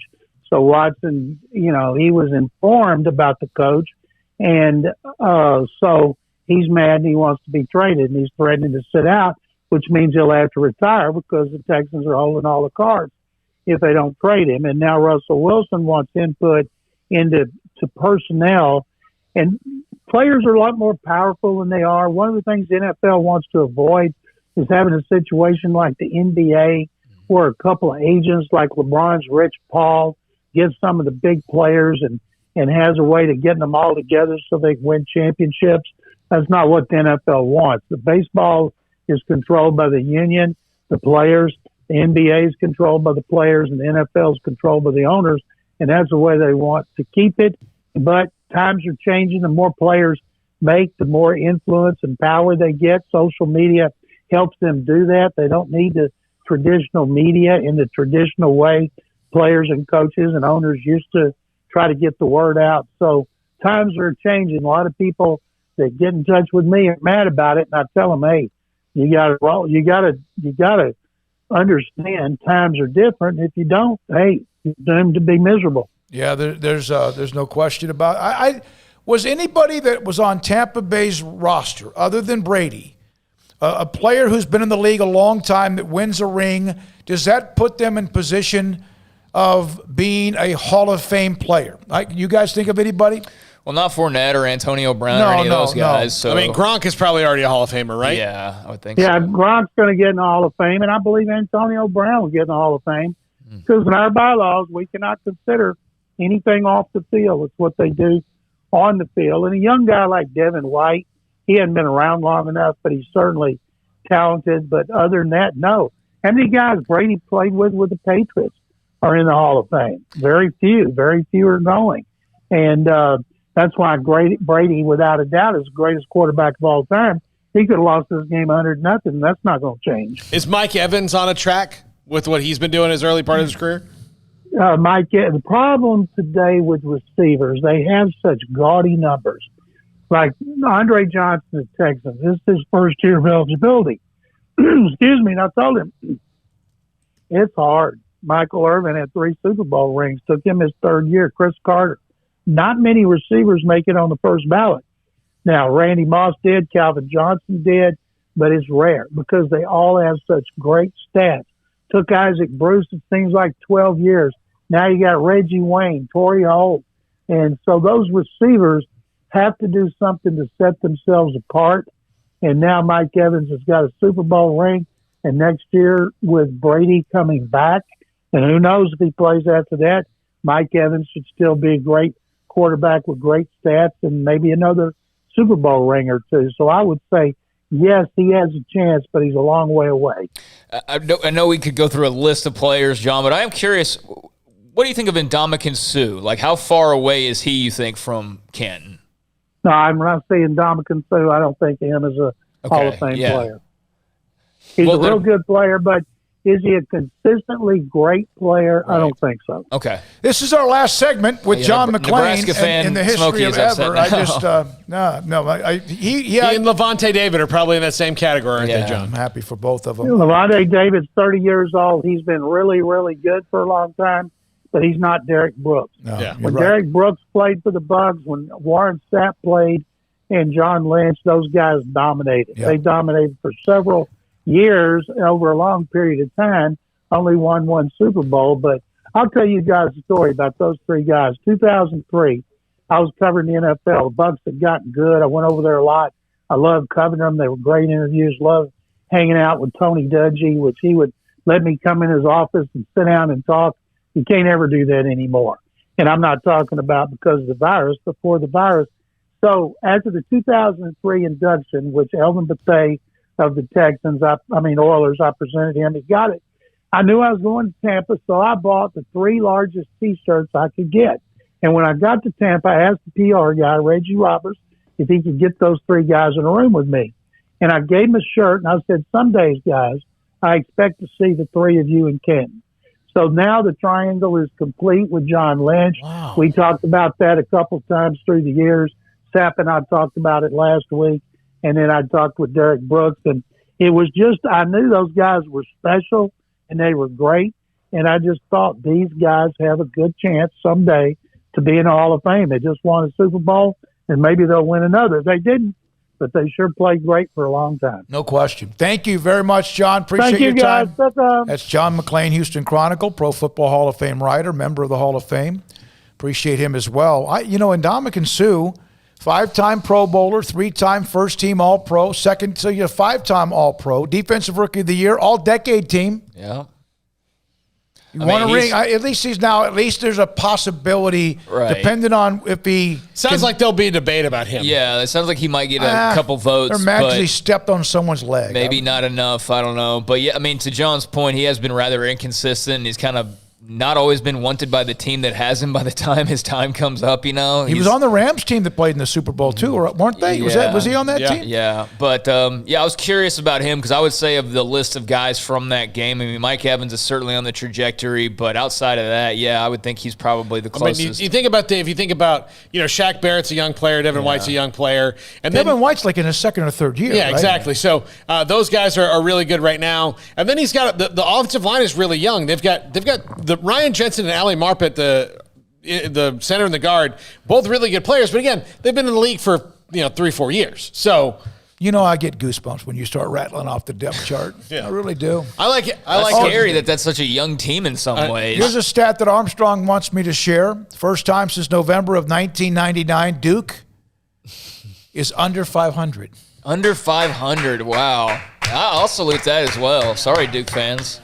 I just saw that from Jeff Borzello, who writes. But you know what? November of 1999 means? It means that they went 0-1 or 1-2 and played. Probably. All right, so I want to ask you guys a question. He mentioned Chuck Howley recovered like 18 fumbles in his career, which I thought would be near the top 5 or 10 all time.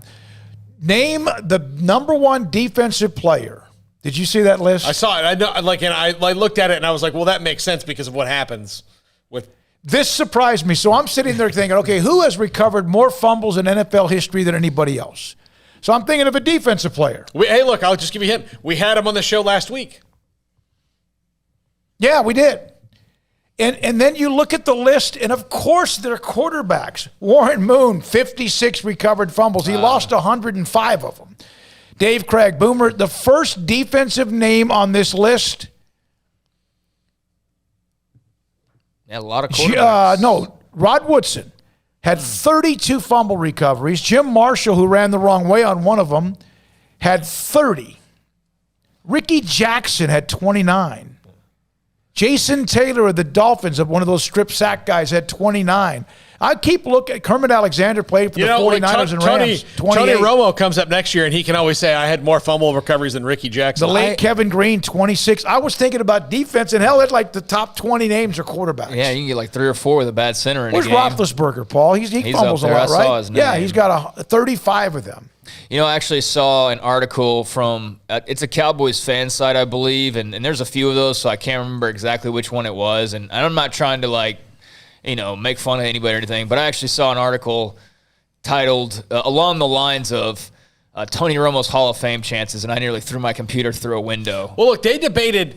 Aikman has a ton of debate because he has 3 rings, but his stats aren't really high. And Tony Romo is not a Hall of Famer. And Tony Romo has a terrible playoff record. Not a Hall of Famer. He's a terrible playoff record. He's Ring of Honor, okay. I think the Ring of Honor is debatable in a way. He'll definitely get in it, though. I know he'll definitely get in that, but I'm saying, you could even make a debate. I mean, as far as, wanting it to be greatness. I mean, he was great at times for the Cowboys, but he also prohibited them from having even more greatness.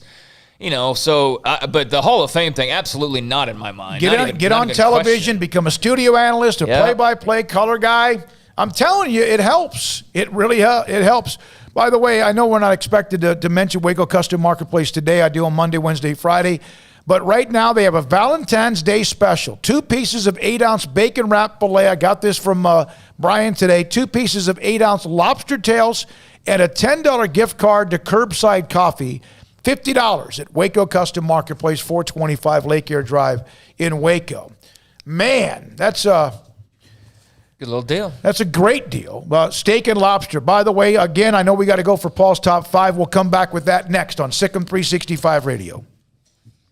With so many companies and policies out there, it gets so confusing shopping for insurance, and I never know if I'm getting the policy that's right for me. Luckily, I met the team at the Niche Group Insurance Agency. With the Niche Group, you can go to one company and get access to coverage options from many insurance carriers, and you get to speak to a real person about your specific coverage needs. With the Niche Group, I know I'm getting the right coverage at the right price. If you need insurance, talk to the experts at the Niche Group at 1-800-258-8302. It takes time to reach goals. It's a truth that applies to more than sports. It goes for your financial goals as well. You work hard for your money, and you deserve an investment strategy that lines up with your game plan. And Tom Albers, your Edward Jones financial advisor, can help. If your financial investments aren't putting forth the effort you desire, stop by today for a financial review. Tom Albers, 4301 Lakeshore Drive, 254-776-7605. Edward Jones, member SIPC. Hey, this is Bryce Petty, former starting quarterback and two-time Big 12 champion, and I know firsthand the importance of being in top shape both on and off the field. So listen up, men. If you're feeling beat down day in and day out and looking for that high-performance edge that separates the men from the boys, then look no further than the Petty Clinic Low T in Waco. Petty Clinic is a comprehensive men's healthcare clinic with an atmosphere catering to men. Board-certified Dr. Kent Petty has a special interest in offering the highest quality medical care to men of all ages. Some of the services offered include screening and treatment for low testosterone or thyroid, infertility, high blood pressure, diabetes, high cholesterol, sleep apnea, while offering comprehensive wellness exams and complete men's health lab panels. High performance men, remember, it's not just a Petty thing. This is Bryce Petty, encouraging you to reach out and Google search Petty Clinic Low T or go to pettycliniclowt.com and get your complimentary lab screening today. Let Camille Johnson Realtors guide you seamlessly through the process of buying your dream home or selling your current one. Commercial, farm and ranch, or residential, Camille Johnson Realtors can smoothly and successfully lead you through any transaction. With a team of 28 experienced agents who are excited about serving you, Camille Johnson Realtors services the entire greater Waco area. If you're in the market to buy or sell, contact Camille Johnson Realtors, 104 Midway Center in Woodway, or find them online at www.camillejohnson.com. Camille Johnson Realtors, elegant, charming, warm. Welcome home. Do you or your kids get nervous about going to the dentist? Stonewood Dental, Dr. Steve Childress, he can help. I've spent a career taking care of patients who as children had bad experiences, and now they're adults that hate going to the dentist. If I get a kid at 3 years old and they come every 6 months and it's a happy experience, it's normal for them. Now they have an accident at 6 or 7 or 8 at school. Now they have a broken tooth or a trauma, and they have to come here. They're used to lights, they're used to water in their mouth, they're used to experience, they already trust us. It's amazing what we can do with that kid without it being a negative thing. But if I see a 6 or 7 or 8 year old that's never been to the dentist, and now they have a trauma or an unfortunate unexpected toothache, it's harder to do that for that kid and it not be somewhat of a negative experience. So bottom line is I try to teach kids and adults and teenagers and everybody the way I'd want my family treated, which is where it's a necessary part of life. You just take care of it. It doesn't have to be that big a deal. Learn more, stonewood-dental.com. Welcome back to SicEm365 Radio. Are you a SicEm365 super fan? Then try out our premium subscriptions at SicEm365.com. All right, here we go. I was delayed because it's not 5:55, but it is now. Hey, McLean Stadium's going to have Top Golf. That's February 25th through the 28th. You can go to topgolflive.com to register to be a part of that event at McLean Stadium coming up later this month. Paul's top 5 at 5:55. All right, so Jack and I worked on this today, and in Armstrong, he contributed.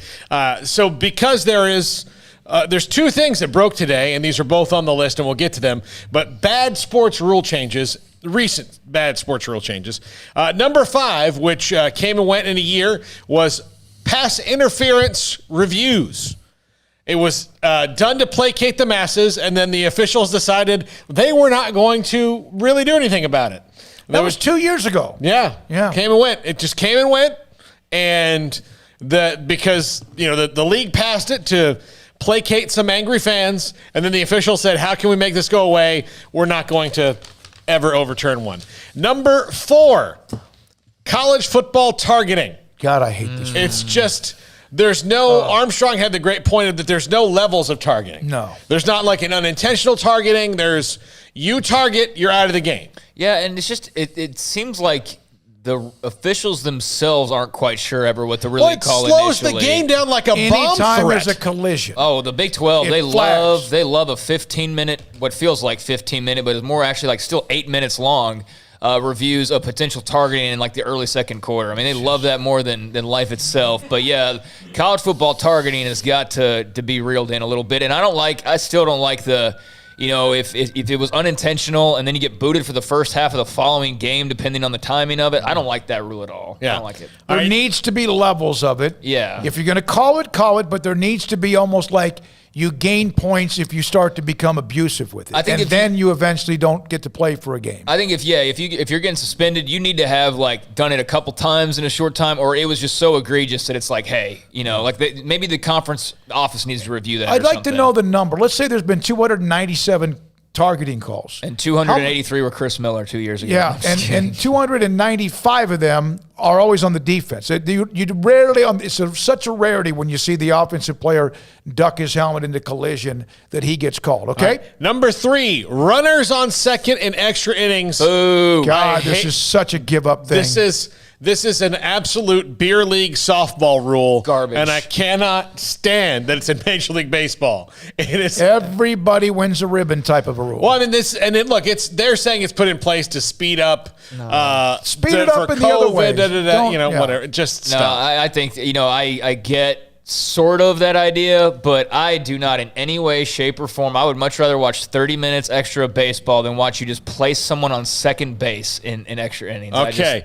Number 2, deadening the ball in Major League Baseball. This is done to combat the home runs, but to me, I mean, here baseball is in a crisis of trying to get a new generation of people to watch. What are people going to want to watch? They're going to want to watch home runs. I don't think home runs are bad. I think that maybe you need to change up things stylistically so people start hitting for average again, but deadening the ball is not going to help that either. I mean, what else does the MLB want to do to scare kids away? Do you want to kill a puppy in the third inning? I mean, what are you going to do? Like, why a puppy? I'm just talking about scaring people away. Like, young kids, oh, hey, no, there's going to be less home runs. Yeah, why not just make the damn baseball the way it's supposed to be made, and the bats are supposed to be the way they are? And if you hit 48 home runs, then everyone knows it's normal. No, then I mean, if it's not the pitchers that are using some substance, and it's the hitters that are using something, or it's the Astros using trash cans, or there's always going to be cheating of some sort, and they're going to find ways around it. But I think playing around with the ball and like the weight of it, or the bats, and I just play. But, man, if they deaden the ball, Joey Gallo's what do you like about him? If the ball warning track. I mean, what do you like? I mean, really? I mean, I don't hate Joey Gallo, but my gosh, he's a prime example of, how about just playing the game all the way around? Joey Gallo's nickname will be, Yeah.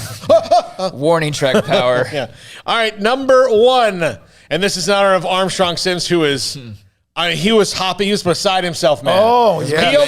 He almost threw his beloved Chipotle on the ground talking about this. Yes. Rangefinders in the PGA, and they're going to do this in the PGA Championship, in the Ladies PGA Championship. Women's PGA. Okay. Rangefinders are a device. Mm-hmm. It's like binoculars. Mm-hmm. And what does it do, Armstrong? You point at the flag, and it tells you how far away you are. It speeds up play for weekend guys, hacks like me or anyone else. You got one of these things, and you got even these little guns that will, if you play at a certain club and they've got a device in the flag, and so 132 yards away.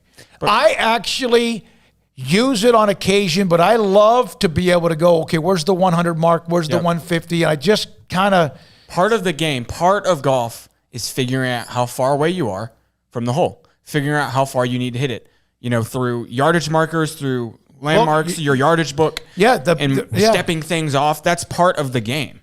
I agree. And now we're just have guys just standing in the fairway, like a bunch of high schoolers. Yeah, at the pro level. The pro level. Yeah. I could see where the amateurs, not like the ones who are playing for the U.S. Open. Yeah, it's just someone like But, yeah, this is interesting. I'm anti that. Can you imagine Tiger out there, Yeah, this is dumb. I'm anti that for pros. I don't think that pros should have a toy that helps them out in a very important aspect of the game. Now, some people could disagree with us on that, right? Sure. I'm sure they will. But, I'm like you. I don't want to see Tiger Woods out there with his rangefinder trying to figure out how far away the hole is. Here's another thing. And this is from Jim Richardson, president of the PGA of America. Glad you brought this one up, Paul. We're always interested in methods that will help improve the flow of play. Then damn it, do it. Bryson DeChambeau or whoever it might be. There's others. Crane's a guy that's normally slow. Then just make them abide by the rules of how long you have to hit the ball. Yeah. It's ridiculous. It's easy to do, but they won't do that. They're on the clock. I mean, how many times, seriously, has anyone been penalized for being on the clock? That's kind of how our government works. Instead of like enforcing, like there's a lot of great rules for a lot of like laws that get broken that are on the books that are harder to enforce. So they try to like pass things to cure the symptom and not the disease. That's this in golf. Like, look, make people go. Like in baseball, don't grant as many timeouts if you want to speed up the game. Or get rid of replays. I mean, what are you going to do? At some point to take a cue from Major League Baseball, like place a guy just in the middle of the fairway to start his shot rather than at the tee box. I enjoy have like flat, like 132 out. I enjoy marking it off. Have little signs. I think 250 right here, boom. I think in sports, in some ways, obviously it's the athleticism that is so fascinating, but the strategy is what people are talking about from the Super Bowl on Sunday night. That's what they're talking about, and the strategy should be able to come into play for all sports and always be a major factor. Evan Miyakawa, Rick Rhoades, Mack Rhoades, Drew Pearson, Randy Peterson, David Hellman, and John McClain. We'll have some audio clips from tomorrow. Women's basketball will play at Texas Tech. For Jack McKenzie, Armstrong Sims, also for Paul Catalina and Craig Smoak. Thank you to all of our incredible sponsors that do this with us every single day, and we can't do it without you watching and listening to all the various ways we're on. SicEm365 Radio, David Smoak, good night.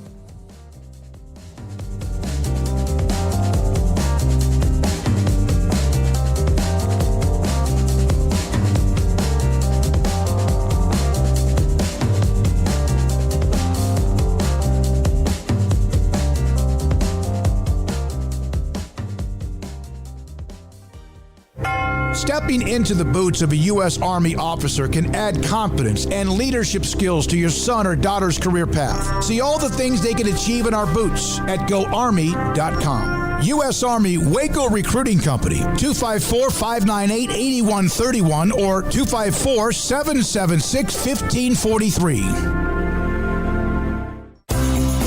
Ideal MRI is a small family business right here in Central Texas. We're open to support you while lowering the cost of healthcare bills. When you need an MRI, ask your doctor for an Ideal MRI. Visit us at idealmri.com or call us at 833-IDEAL-MRI.